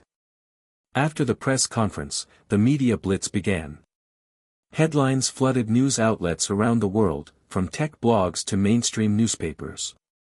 The narrative was no longer about a billionaire with an ambitious dream, it was about a visionary who had just secured a critical legal victory and was now on the verge of reshaping the world.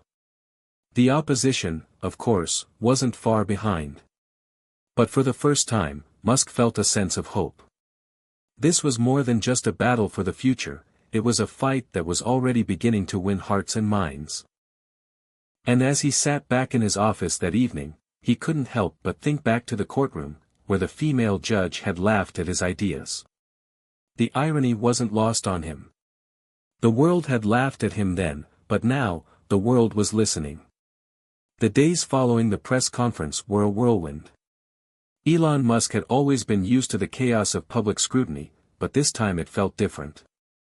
For the first time in a long while, it wasn't just about him and his ideas, it was about the world, and the shift he was beginning to inspire. However, the victory didn't come without its complications. As Musk's vision gained traction, the pressure on him intensified. Corporations were taking notice, but so were governments.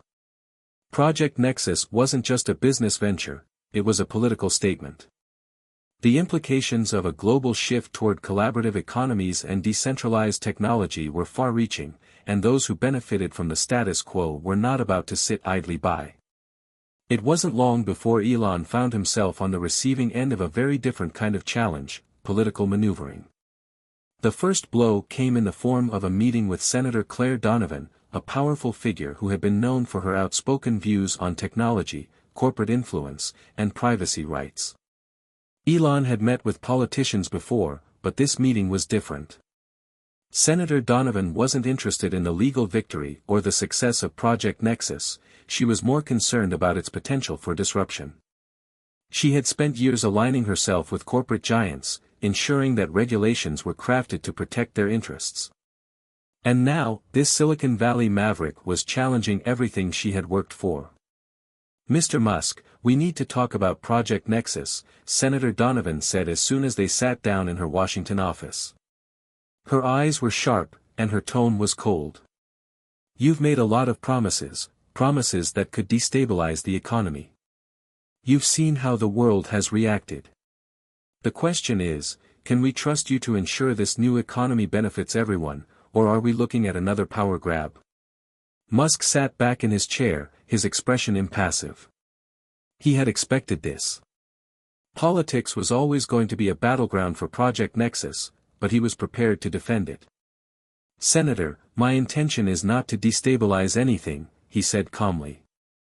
I'm not here to create another tech monopoly. I'm here to create a platform that empowers individuals, businesses, and communities.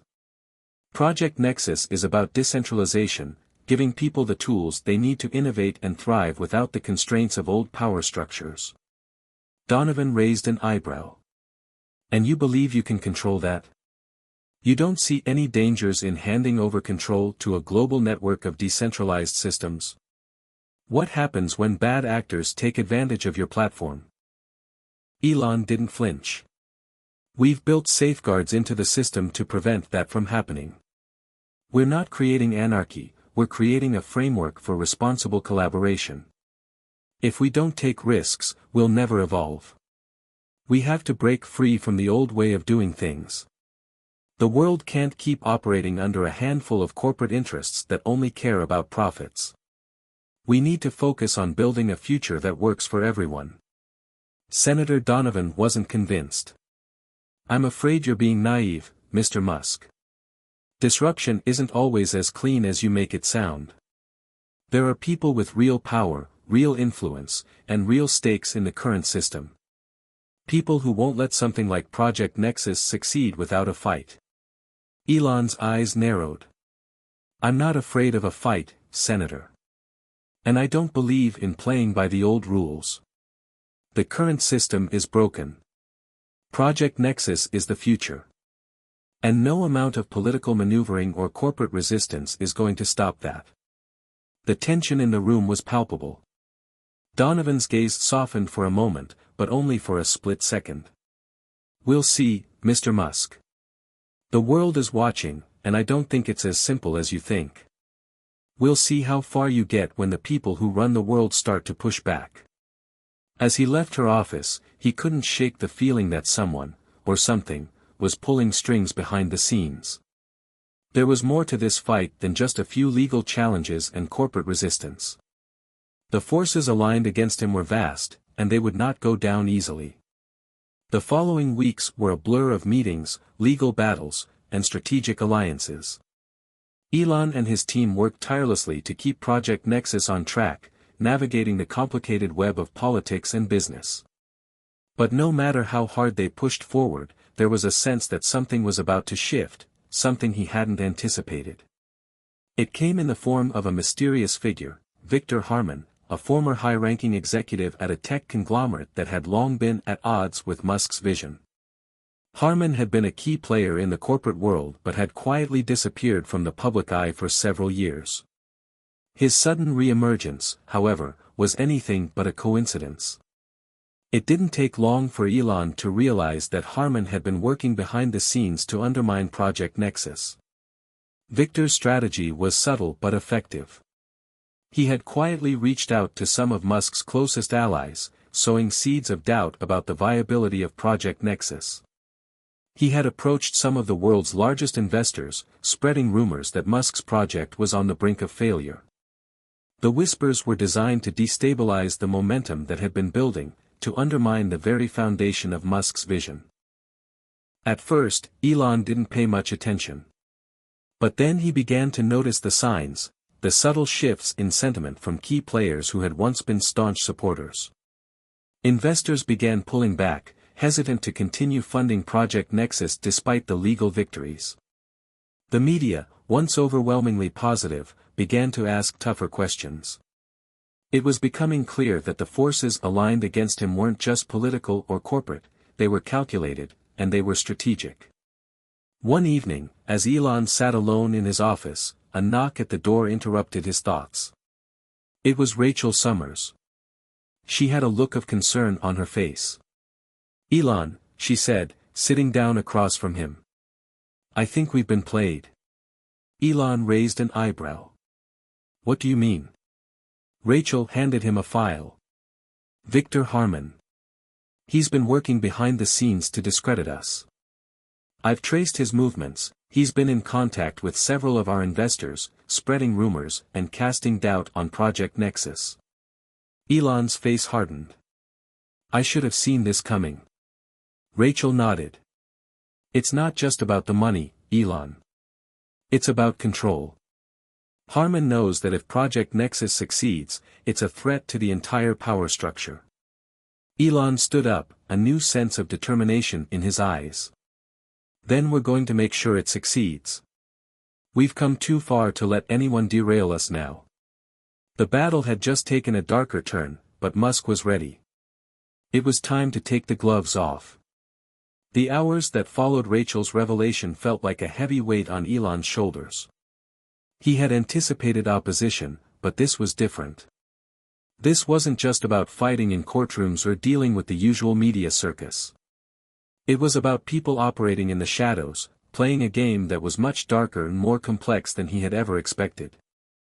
Harman wasn't just trying to sabotage Project Nexus, he was trying to dismantle everything Musk had worked for, piece by piece, from the inside. Elon didn't waste time pondering how he had missed the signs. There was no room for hesitation now. If anything, this only fueled his drive to succeed even more.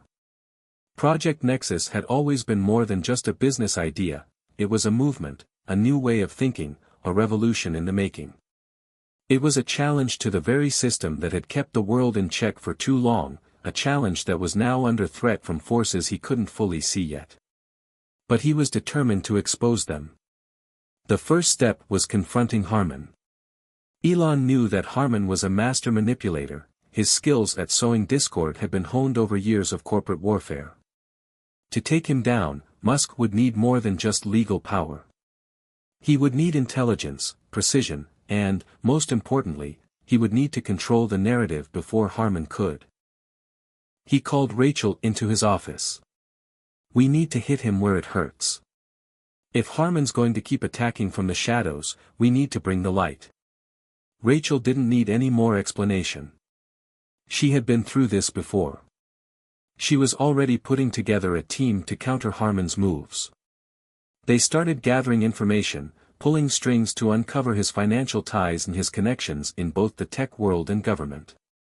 Musk wasn't sure who would be loyal to him in the end, but he knew one thing for sure, the truth was on his side. As the days passed, the legal and business teams worked tirelessly to build a case against Harman, hoping to find a way to publicly expose his intentions. But Harman was no slouch, he was always several steps ahead. His tactics were subtle, and he knew how to play the long game. In the meantime, the media was starting to turn on Musk, but it wasn't in the usual way. Instead of the typical barrage of criticism, the stories were laced with doubt, carefully crafted questions about the sustainability of Project Nexus and its ability to survive without the financial backing that had once seemed so assured. The articles questioned his motives, suggested that he was playing a dangerous game, and some even hinted at personal scandals from Musk's past. It was clear, Harman's fingerprints were all over this. Elon knew he had to act fast. He couldn't allow these whispers to spiral into full-fledged attacks. He needed to take control of the narrative, to ensure that he and Project Nexus were seen as the true innovators, unshaken, unstoppable.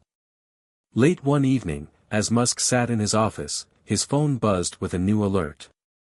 It was a news update, a live interview featuring none other than Victor Harman. Elon immediately tapped into the live feed, watching as Harman's smooth, calculated words filled the screen. "I believe that the true future of technology lies in responsible innovation," Harman was saying, his face perfectly composed, his tone authoritative. "And while I respect Elon Musk for his ambitions, Project Nexus is a reckless pursuit that will inevitably harm the economy. It's far too risky, and the technology behind it is untested, dangerous, and ultimately unsustainable." Harman's words were designed to hit at the core of Musk's vision. He wasn't just attacking the project itself, he was painting Musk as someone reckless, someone who was willing to gamble with the future of society for his own gain. Musk's heart rate spiked for a moment as he listened. Harman was good, too good. But this wasn't the time to falter. Elon had to remain calm and think strategically. He called Rachel. "We need a response, and we need it fast. This isn't just about Project Nexus anymore, this is about setting the record straight on who I am and what I'm trying to build." Rachel's voice was steady. "I'm on it. We'll put out a statement, and I'll have the legal team prepare something that can refute his claims, but we need something more than just a statement. We need to get ahead of this." Elon leaned back in his chair, staring at the screen where Harman's face was still frozen. "What if we flip the script on him? What if we expose his ties to the very corporations that stand to lose if Project Nexus succeeds? What if we show the world that he's the one playing a dangerous game?" Rachel paused for a moment before responding. "That's exactly what we need to do. We've been gathering intel on Harman's connections. If we can tie him directly to those who stand to lose the most from Project Nexus, we've got our weapon." Elon smiled. "Let's do it." Within hours, they had gathered enough evidence to make their move. Rachel and her team had traced Harman's financial connections and uncovered some damning facts about his past dealings with rival tech companies, companies that had a clear incentive to undermine Project Nexus. They were connected to the very forces Elon had been fighting against, and now, they had the proof. The next morning, Musk and his team released a bombshell statement. The media was quick to pick up the story: Victor Harman, the man behind the curtain who's trying to destroy the future of technology. The press conference Elon held to announce this wasn't just about Project Nexus. It was about calling out those who tried to manipulate and control the narrative for their own gain. Musk's team revealed how Harman had secretly been working with corporations that stood to lose billions if Project Nexus succeeded. They detailed his attempts to sabotage Musk's project from within, using underhanded tactics to spread misinformation and sow discord. For the first time in the battle for Project Nexus, Elon Musk wasn't just on the defensive. He was taking the fight directly to his enemies, exposing their machinations for the world to see. The world's media went wild. Harman's reputation was in tatters, and the public's perception of Project Nexus began to shift again. Rather than seeing Elon as the risky, reckless entrepreneur, they began to see him as the underdog, a visionary who was fighting to bring about a better future, despite the efforts of those who sought to maintain the status quo. But Elon knew this wasn't over. Harman was a skilled operator, and his allies wouldn't give up easily. This was just one battle in a war that was far from won. The next phase of the fight was about to begin, and Elon Musk was ready for it. After the storm of media attention surrounding Harman's downfall, there was a strange quiet that fell over the Project Nexus team. For the first time in weeks, Elon Musk had a chance to breathe, even if just for a moment. The revelation of Harman's manipulative actions had shifted the public's perception in Musk's favor, but it also had some unintended consequences. People were beginning to see the war for what it was, an ideological battle between the future of innovation and those who would cling to the power structures of the past. Despite the victory, Musk knew that the battle wasn't over. There were still many questions about the future of Project Nexus, and now, there were new enemies to contend with. The media, once hostile, now flooded Musk's inbox with interview requests, eager to hear from the man who had just single-handedly taken down a corporate titan. But the press had a knack for twisting stories, so Elon declined most of them, focusing instead on his internal team and the next steps of Project Nexus. In his private office, he sat quietly, reviewing documents on his tablet. The screen flickered with proposals, plans for the next phase of Project Nexus, and legal memos. But something gnawed at him, something that had been growing ever since the battle with Harman had started. He had won a battle, but the war was far from over. The real question remained, could he keep pushing forward without losing sight of the core mission of Project Nexus? His phone buzzed, snapping him out of his thoughts. It was Rachel. "Elon, we need to talk. It's urgent." The seriousness in her voice immediately caught his attention. "What's going on?" "I've just gotten word that there's a new player in the game," she said, her voice tight with concern. "It's not Harman anymore. Someone else is pulling the strings. We've tracked it back to one of the world's most powerful investment firms, one that's been quietly maneuvering behind the scenes to disrupt Project Nexus from a completely different angle." Musk's heart rate increased. "Who?" "It's the Corvus Group. They've been quietly backing a competitor of ours, but now they're accelerating their efforts. They've got the financial muscle to throw the entire industry off course." The name hit Musk like a ton of bricks. The Corvus Group was notorious in the corporate world for pulling the strings behind some of the largest and most successful tech companies. Their reputation was built on aggressive tactics and ruthless strategies. If they were behind this new offensive, things were about to get much more complicated. "I thought we dealt with the big players after Harman," Musk muttered under his breath. "What's their play?" Rachel's voice was strained. "They're trying to corner the market on AI integration, and they see Project Nexus as a threat to their control. They're quietly backing several startups that have been working on similar tech, but their ultimate goal is to squeeze Project Nexus out. They've already reached out to some of our key investors and partners." Elon sat back in his chair, his mind racing. This was exactly the kind of underhanded tactic he had been preparing for, but now that it had arrived, the stakes felt higher than ever.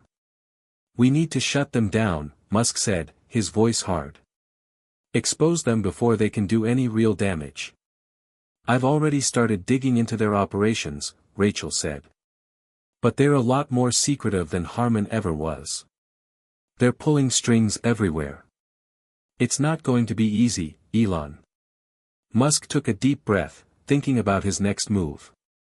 He had been through this before, facing off against the corporate elite, taking on the power structures that had kept the world in a chokehold for too long. But Project Nexus was different. This wasn't just about business, it was about the future. He couldn't let a group like the Corvus Group crush everything he had worked for. "We can't afford to let them go unchecked," Musk said finally. "Get the legal team on this.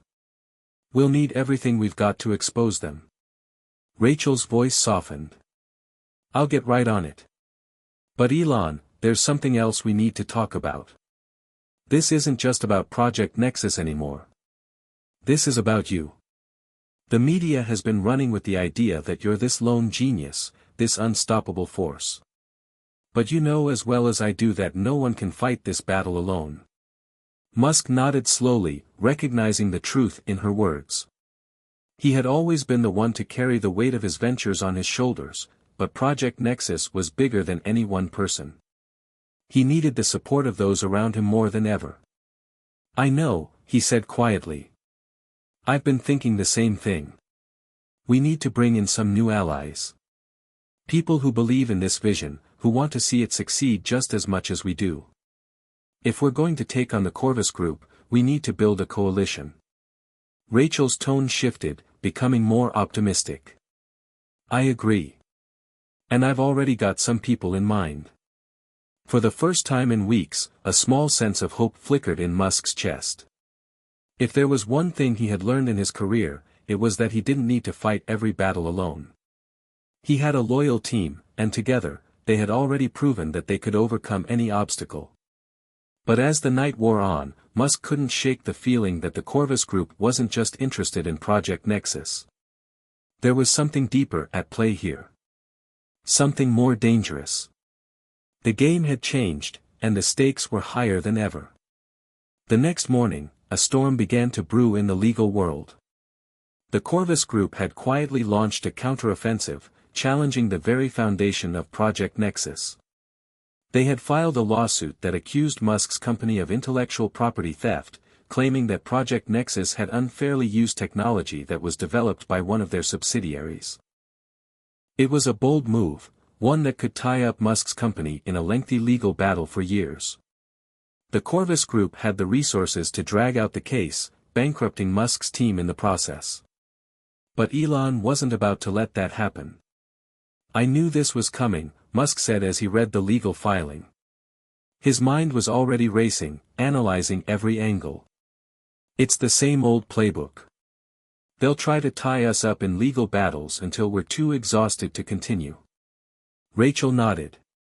We need to hit them back. Hard. Elon's eyes darkened with resolve. We will. But we need to find out everything we can about this lawsuit. We need to know what they're really after. And we need to make sure that everyone knows that Project Nexus isn't going anywhere. The storm of legal battles had arrived, and Elon Musk wasn't about to sit idly by while the Corvus Group played their game of smoke and mirrors. The lawsuit they had filed against Project Nexus was a direct assault on the very foundation of the company. It wasn't just about intellectual property, it was an attack on Musk's vision, his future. The Corvus Group wasn't interested in the legal facts, they wanted to crush the momentum that Project Nexus had been building for years. Elon wasn't surprised. He had been expecting this kind of move, but that didn't make it any easier to stomach. The Corvus Group had deep pockets, and their lawyers were some of the best in the world. If they wanted to make this a war of attrition, they had all the resources to drag the case on for years. But Elon knew one thing for sure, they couldn't win if they didn't have the truth on their side. We're not going to let them tie us up in a never-ending legal battle, Elon said, his voice sharp and focused as he reviewed the lawsuit. The details were standard: claims of stolen intellectual property, an accusation that Project Nexus had used proprietary technology that belonged to one of Corvus Group's subsidiaries. But Elon could see the holes in their case. It was all smoke and mirrors designed to slow them down. Rachel stood by his side, her expression resolute. I've had our legal team go over the filing, and there are inconsistencies.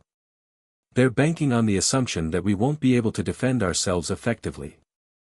We have to hit back, and we have to hit back hard. Elon leaned back in his chair, the weight of the situation pressing down on him. But there was something about this challenge that energized him. This wasn't the first time he had been targeted by powerful enemies, and it wouldn't be the last. What mattered was how he responded. I want to know everything about the Corvus Group's history, Musk said. I want to know who they've worked with, who their clients are, and most importantly, I want to know where their interests lie. If they think they can destroy Project Nexus, they're about to get a wake-up call. Rachel nodded. I'm on it. I'll have our team gather everything we need. This time, we're not just going to fight back with legal tactics. We're going to use everything: financial records, internal communications, even their public relations strategy. We're going to expose them for what they are. Musk's eyes glinted with determination. Exactly. We're going to take the fight to them. We're going to make sure the world knows who the real bad actors are in this case. The first step was to counter the lawsuit with a well-crafted legal response. Musk's team, working around the clock, began drafting a response that would not only dismantle the Corvus Group's claims but also flip the narrative in Project Nexus's favor. They would prove that the lawsuit was nothing more than a desperate attempt to silence innovation. While the legal team was hard at work, Musk turned his attention to the media. The press had been covering the Corvus Group's lawsuit extensively, but now it was time to get ahead of the story. Musk knew that the public perception of Project Nexus was just as important as the legal defense. If he could control the narrative, it would be much harder for the Corvus Group to twist the facts in their favor.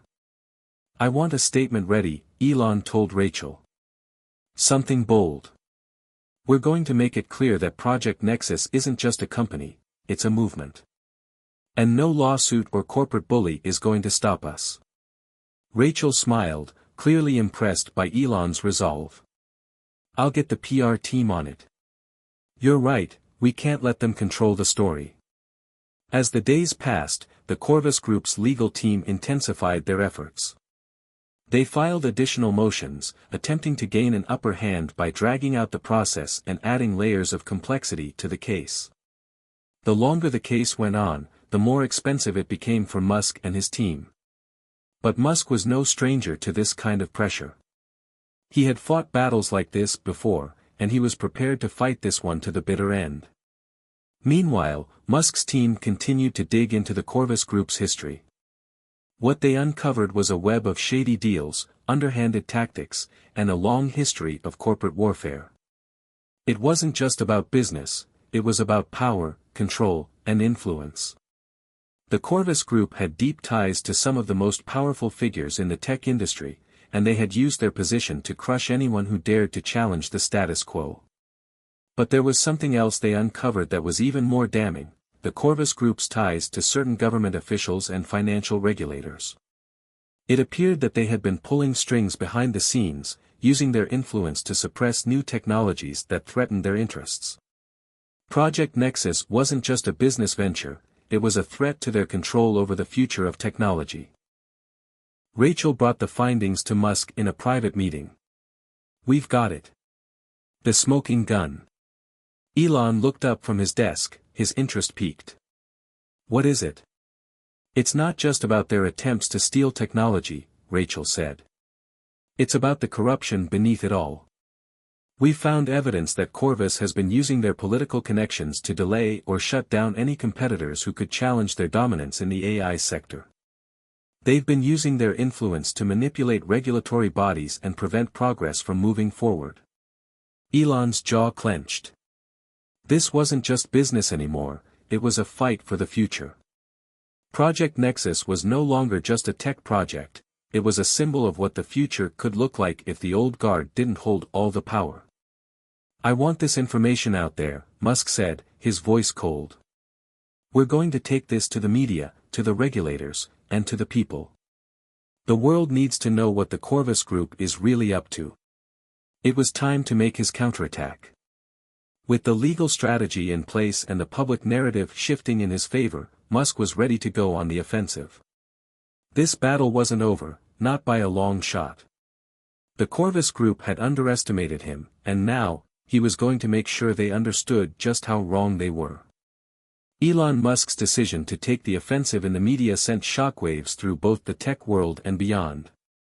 The legal battle with the Corvus Group had escalated into a public spectacle, with both sides preparing for a showdown in the courtroom.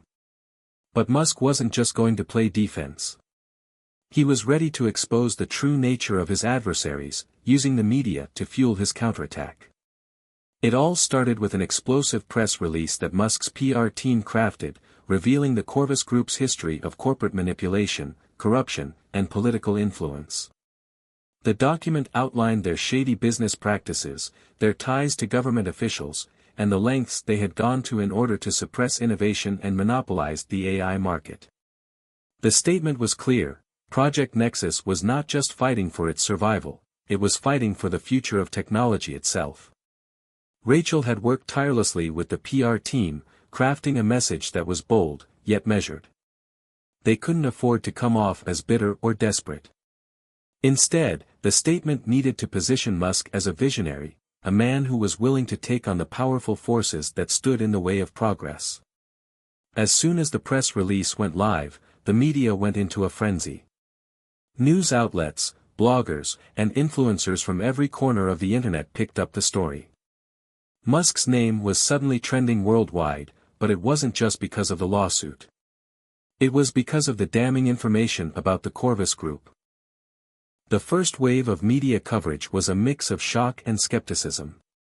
Many journalists couldn't believe that a company like Corvus, with its vast resources and influence, could be involved in such underhanded tactics. But as more and more details came to light, the public began to shift its perspective. Elon watched the media coverage unfold from the comfort of his office, his eyes glued to the screen. He knew that once the public got a whiff of the truth, the Corvus Group's reputation would be irreparably damaged. And that would be their downfall. But the battle wasn't over. The Corvus Group's legal team quickly issued a counter-response, attacking the credibility of the press release and dismissing the accusations as baseless. They claimed that Musk was simply trying to deflect attention from the real issue: Project Nexus had stolen their intellectual property. The media, as expected, latched onto this counter-narrative, but Musk wasn't about to let them take the upper hand. He made the decision to give a live interview, something he had always been cautious about. But now, with the eyes of the world on him, it was the perfect time to take control of the narrative. The interview would be a chance to directly address the accusations and to put the Corvus Group on notice. Rachel arranged for a televised interview with one of the most respected journalists in the industry, Laura Michaels. Laura was known for her sharp questioning and her unbiased approach to reporting, but she was also known for giving her subjects the space to speak their minds. This would be the perfect opportunity for Musk to set the record straight. The day of the interview arrived, and Musk stood before the cameras, dressed in his signature black t-shirt and jeans. He looked calm, but there was a fire in his eyes.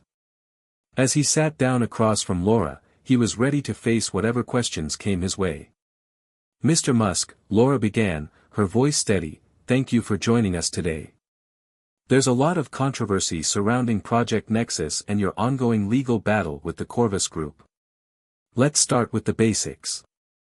The Corvus Group has accused you of stealing their intellectual property. What do you have to say about that?"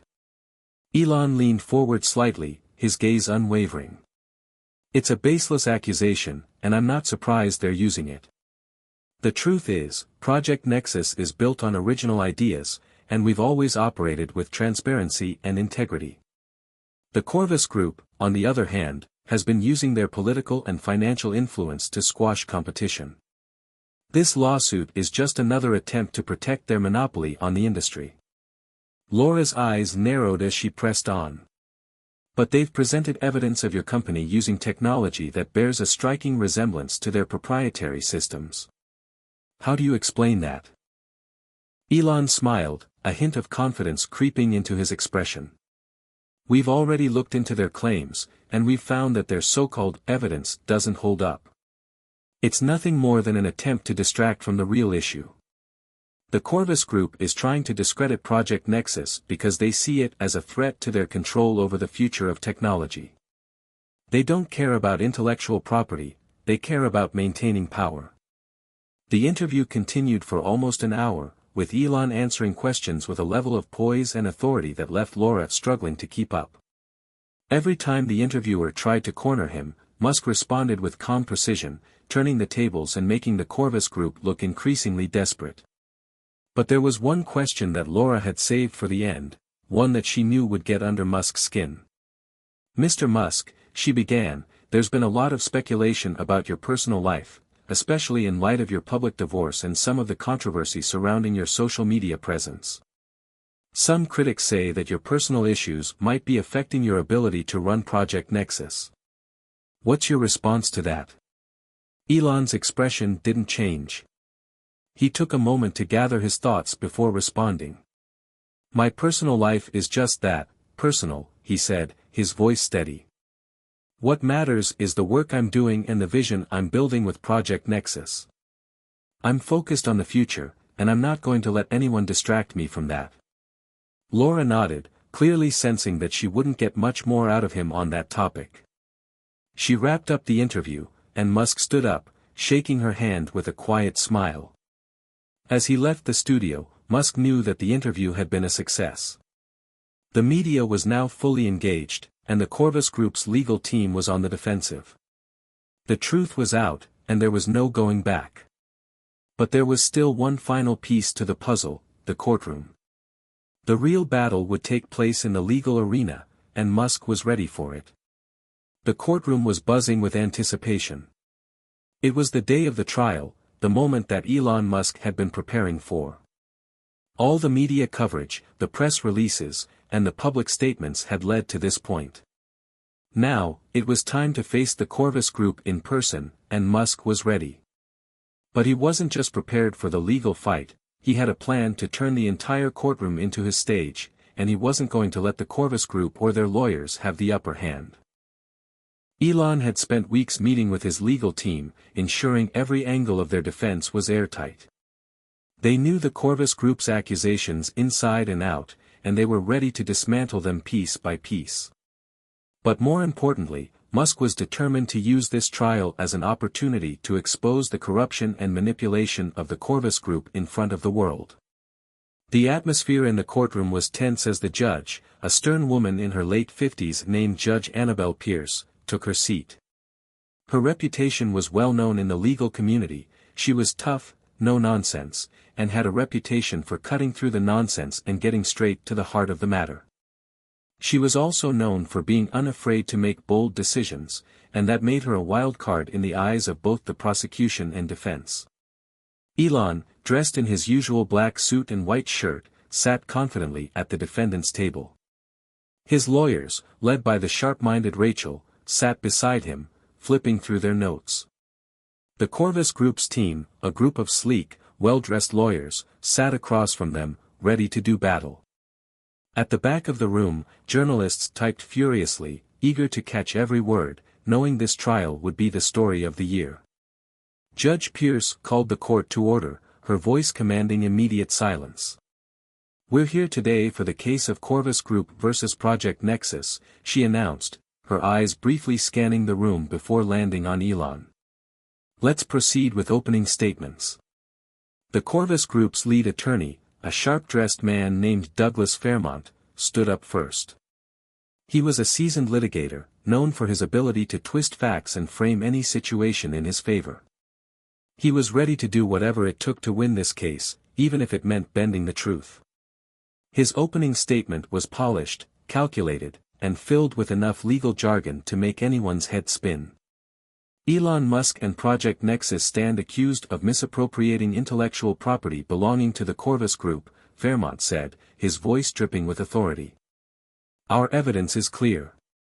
The technology in question was developed exclusively by Corvus, and we can prove that it was unlawfully taken by Project Nexus.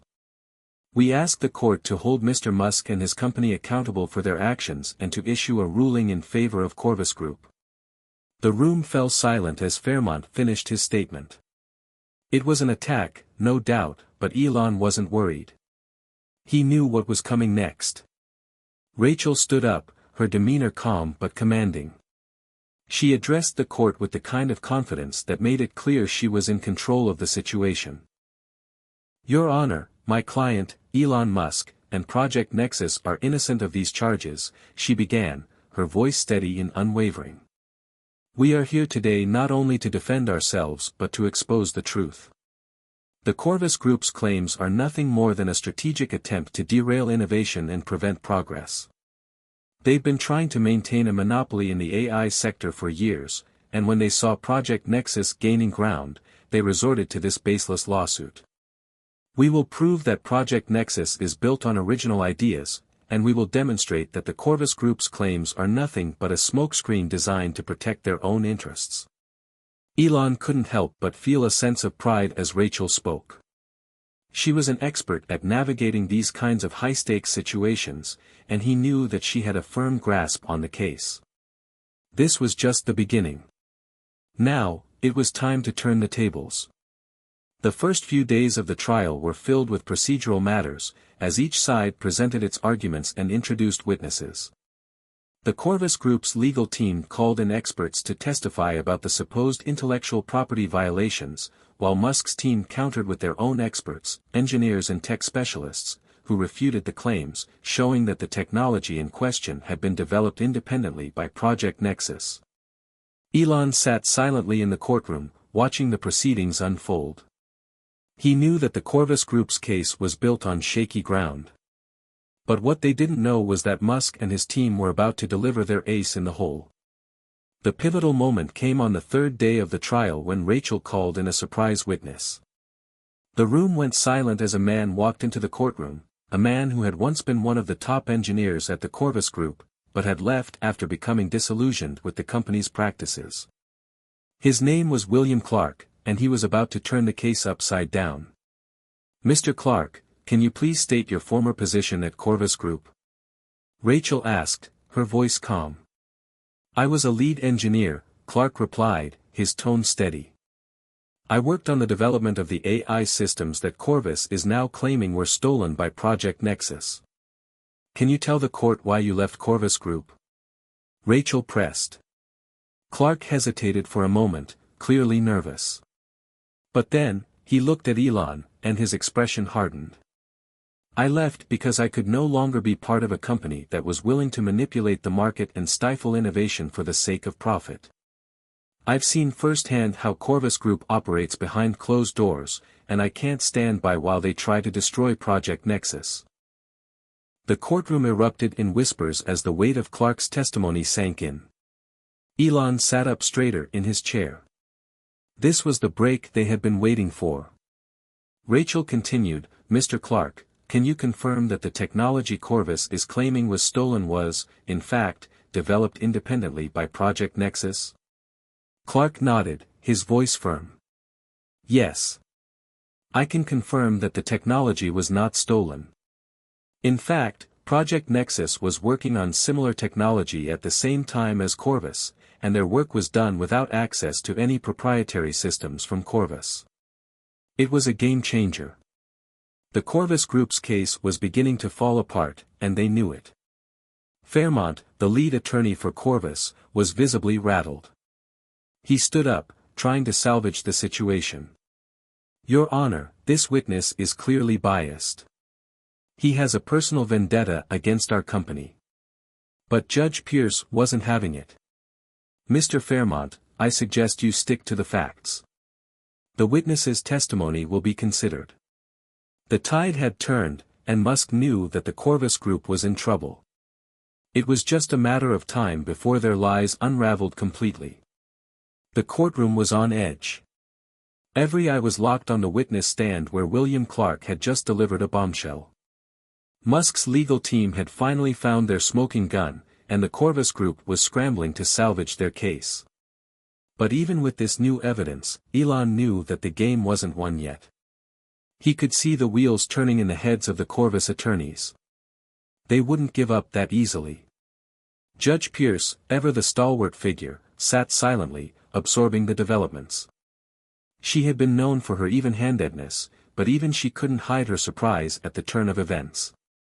Elon knew that despite the weight of Clark's testimony, the Corvus Group would be pulling out every stop to recover from this blow.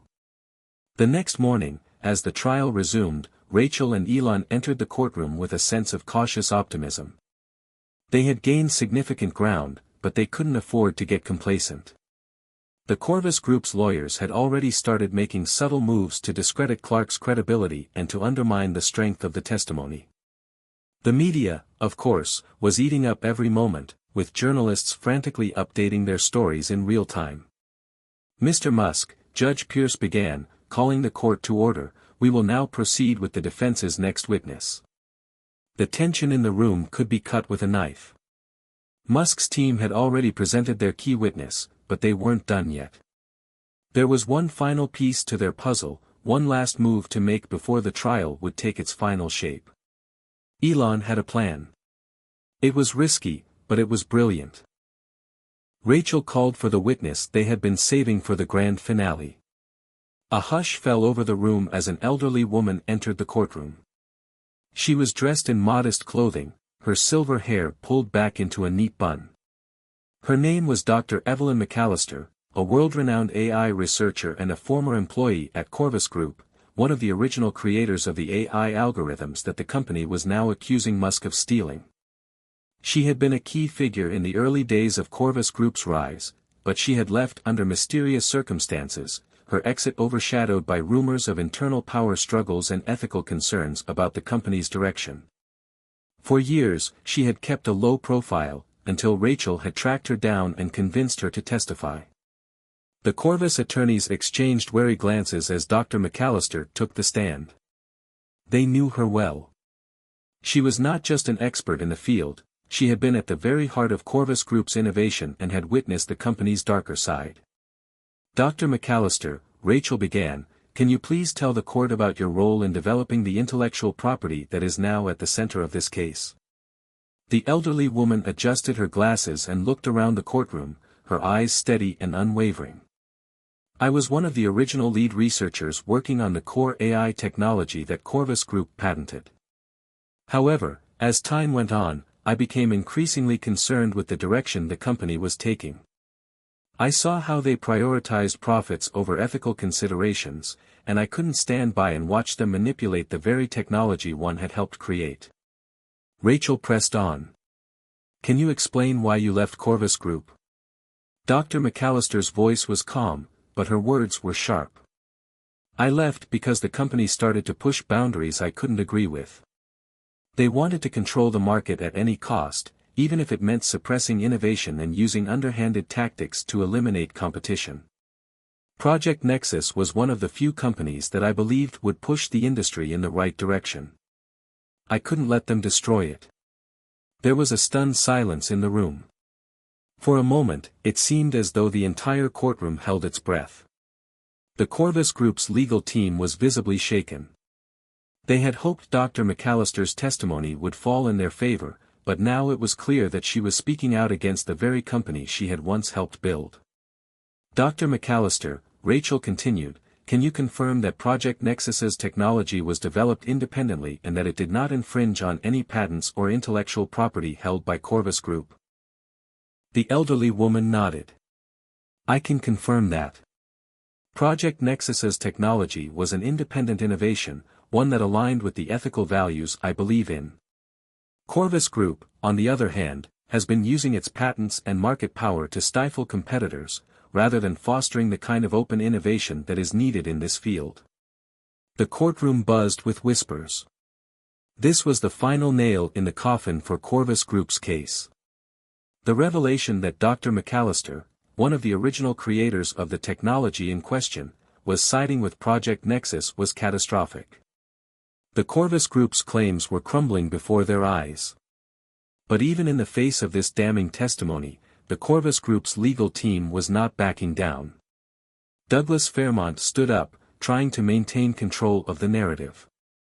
Your Honor, Fairmont said, his voice rising with a mixture of desperation and indignation, Dr. McAllister's testimony is nothing more than a desperate attempt to discredit Corvus Group. She has an obvious personal bias against the company, and her statements should be taken with a grain of salt. Judge Pierce looked at Fairmont with a raised eyebrow, unimpressed. Mr. Fairmont, I believe I've heard enough from you today. Dr. McAllister's testimony will be taken into consideration. The tension was palpable as the courtroom erupted into murmurs once again. Musk's team exchanged glances. They knew this was it. The tide had turned completely in their favor. The Corvus Group had no ground left to stand on.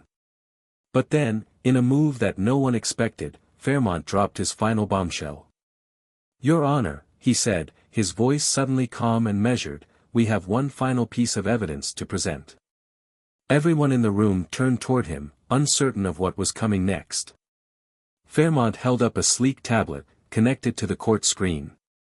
On it was a document, a confidential email exchange between Dr. McAllister and Elon Musk himself. The room fell silent. The tension in the courtroom thickened, the air heavy with disbelief as the tablet display flickered to life, casting a glow across the room. All eyes were fixed on the screen, where the confidential email exchange was about to unfold. Elon Musk's face remained impassive, but there was a flicker of something in his eyes, an awareness that the Corvus Group was playing a dangerous game. Judge Pierce leaned forward, her keen eyes scanning the screen, as Fairmont calmly began reading aloud. Subject, Nexus development, he began, his voice measured but laden with insinuation.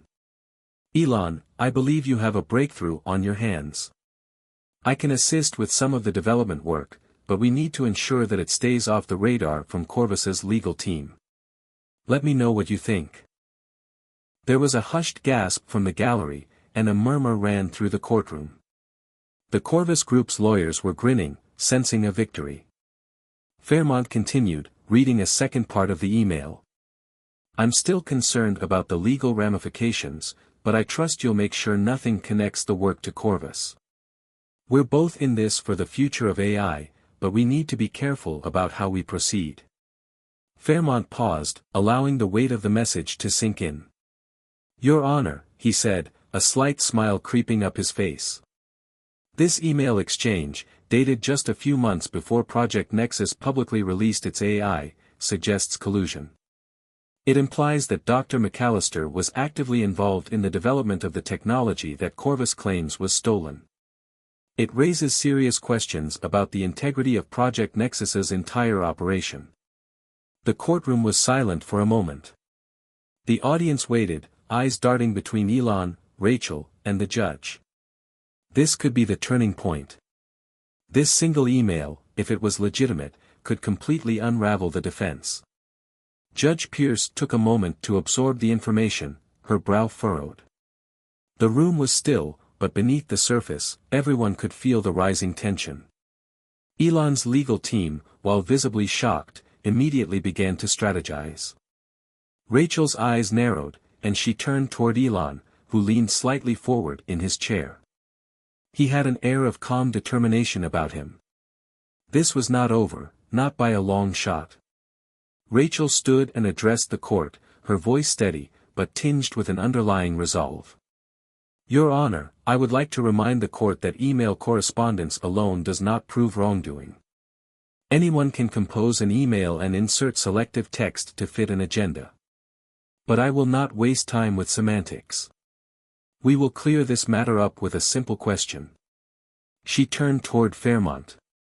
Mr. Fairmont, you say this email exchange suggests collusion, correct? Fairmont nodded. Absolutely, this exchange indicates that Dr. MacAllister and Mr. Musk were actively conspiring to bypass the legal frameworks and steal proprietary technology. Rachel's eyes gleamed with a certain brilliance. Then, Mr. Fairmont, I request that you show us one thing, just one thing that connects Elon Musk to Project Nexus's final development with Corvus Group's technology. Fairmont hesitated. He opened his mouth, but no words came out. There was a long pause. The audience could feel the weight of his silence as he realized he had nothing to back up his claim. Exactly, Rachel said, her voice cutting through the tension. This email does not implicate Mr. Musk in stealing any intellectual property. It merely shows an exchange of ideas, something that happens in any field of research and development. The only thing this email proves is that two professionals, one from Corvus Group and one from Project Nexus, were discussing AI development in general terms. She turned to Dr. MacAllister, who was now standing, her hands trembling slightly as she prepared to respond. Rachel motioned for her to speak. Dr. MacAllister, can you confirm that these emails were part of many discussions you had with Mr. Musk? Rachel asked.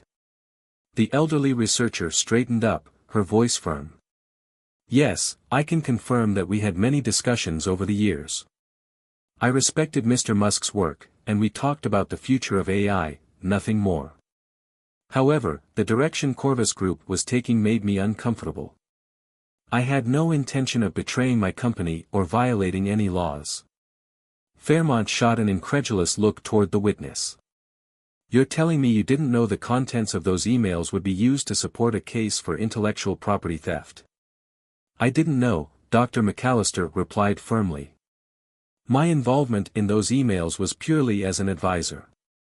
I didn't assist Project Nexus in developing proprietary code from Corvus. I was simply offering guidance.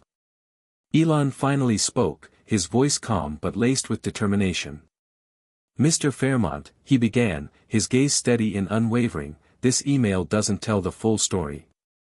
You're trying to frame it as something sinister, but the truth is far simpler. I have always believed in open innovation. I've never sought to steal or appropriate anything from Corvus. The work I've done at Project Nexus is based on ideas that I've developed independently.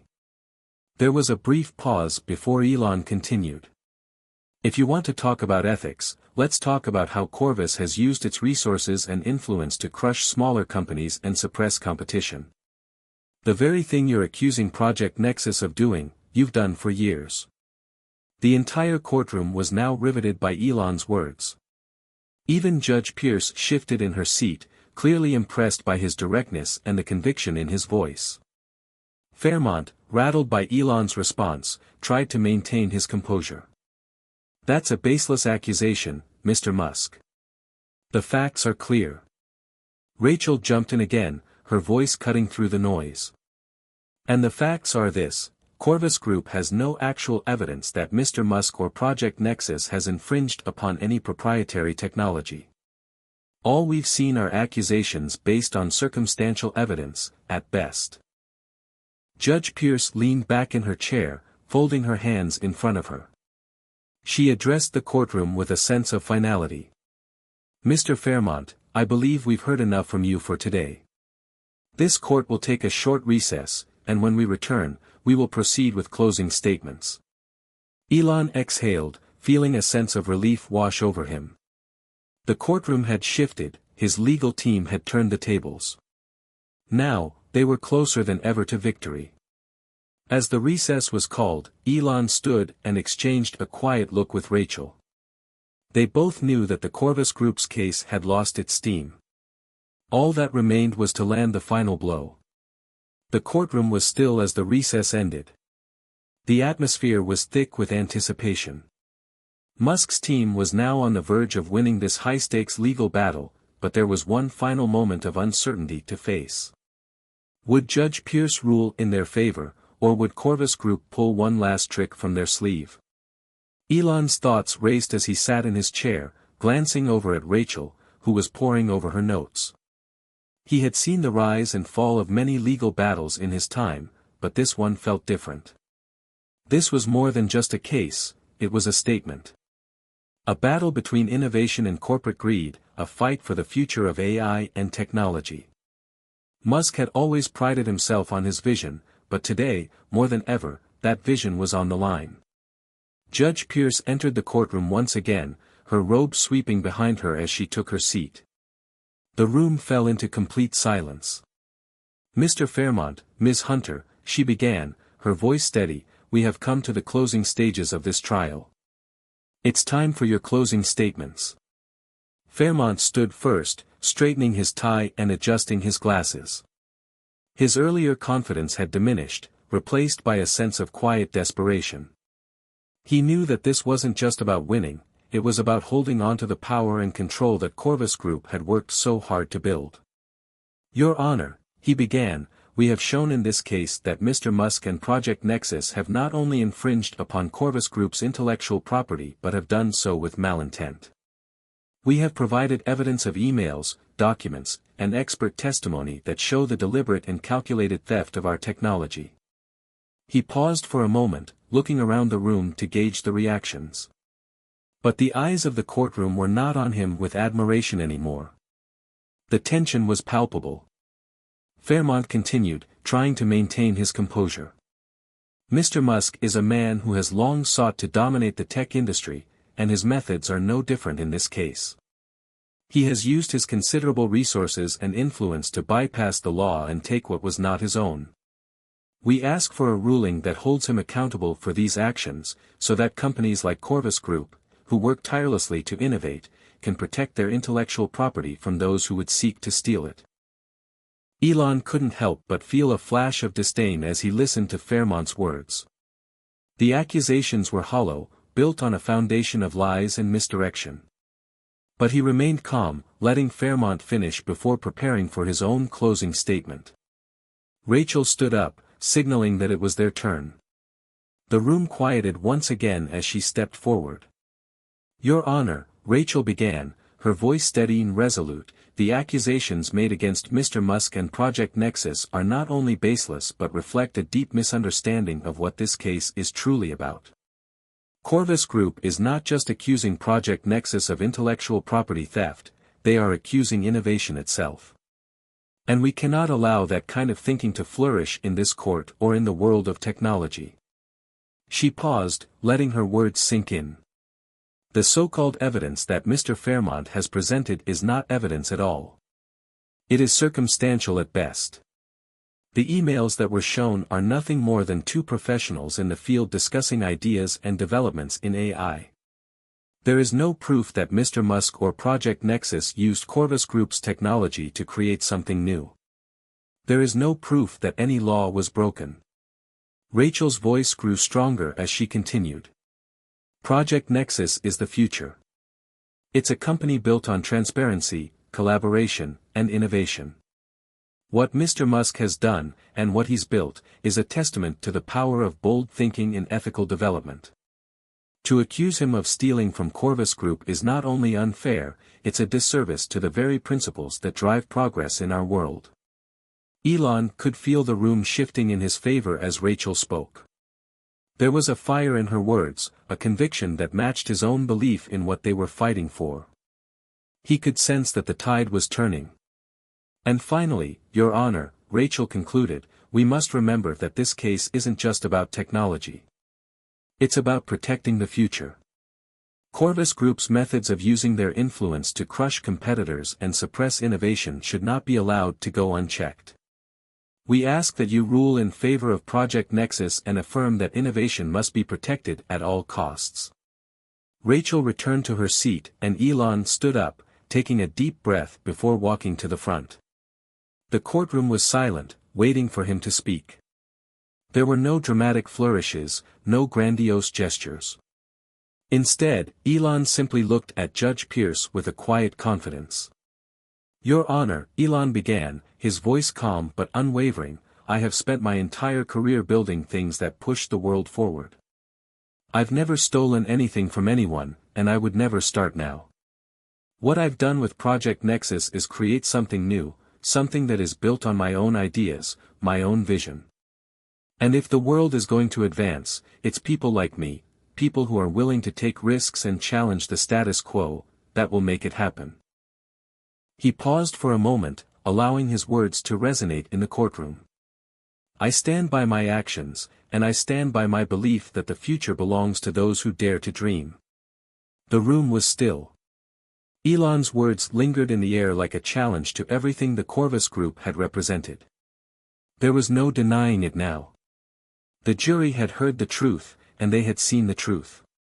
Judge Pierce's expression softened as she considered everything that had been said. She had heard both sides, weighed the evidence, and taken into account the deep implications of this case. Finally, she spoke. After careful consideration, Judge Pierce began, her voice steady, "The court finds in favor of Project Nexus. There is no substantial evidence to support the claims of intellectual property theft, and the allegations made against Mr. Musk and his team are, as Ms. Hunter and Mr. Musk have argued, unsubstantiated." The courtroom erupted into murmurs of surprise and disbelief. Corvus Group's attorneys exchanged frustrated glances, but the victory was clear. Elon's legal team had done what many thought was impossible. They had won. Furthermore, Judge Pierce continued, "This case has brought to light the ethical concerns regarding Corvus Group's practices in stifling innovation. While no ruling will be made regarding criminal conduct at this time, I strongly advise that Corvus Group re-evaluate its approach to competition and innovation moving forward." The finality of her words hit like a thunderclap.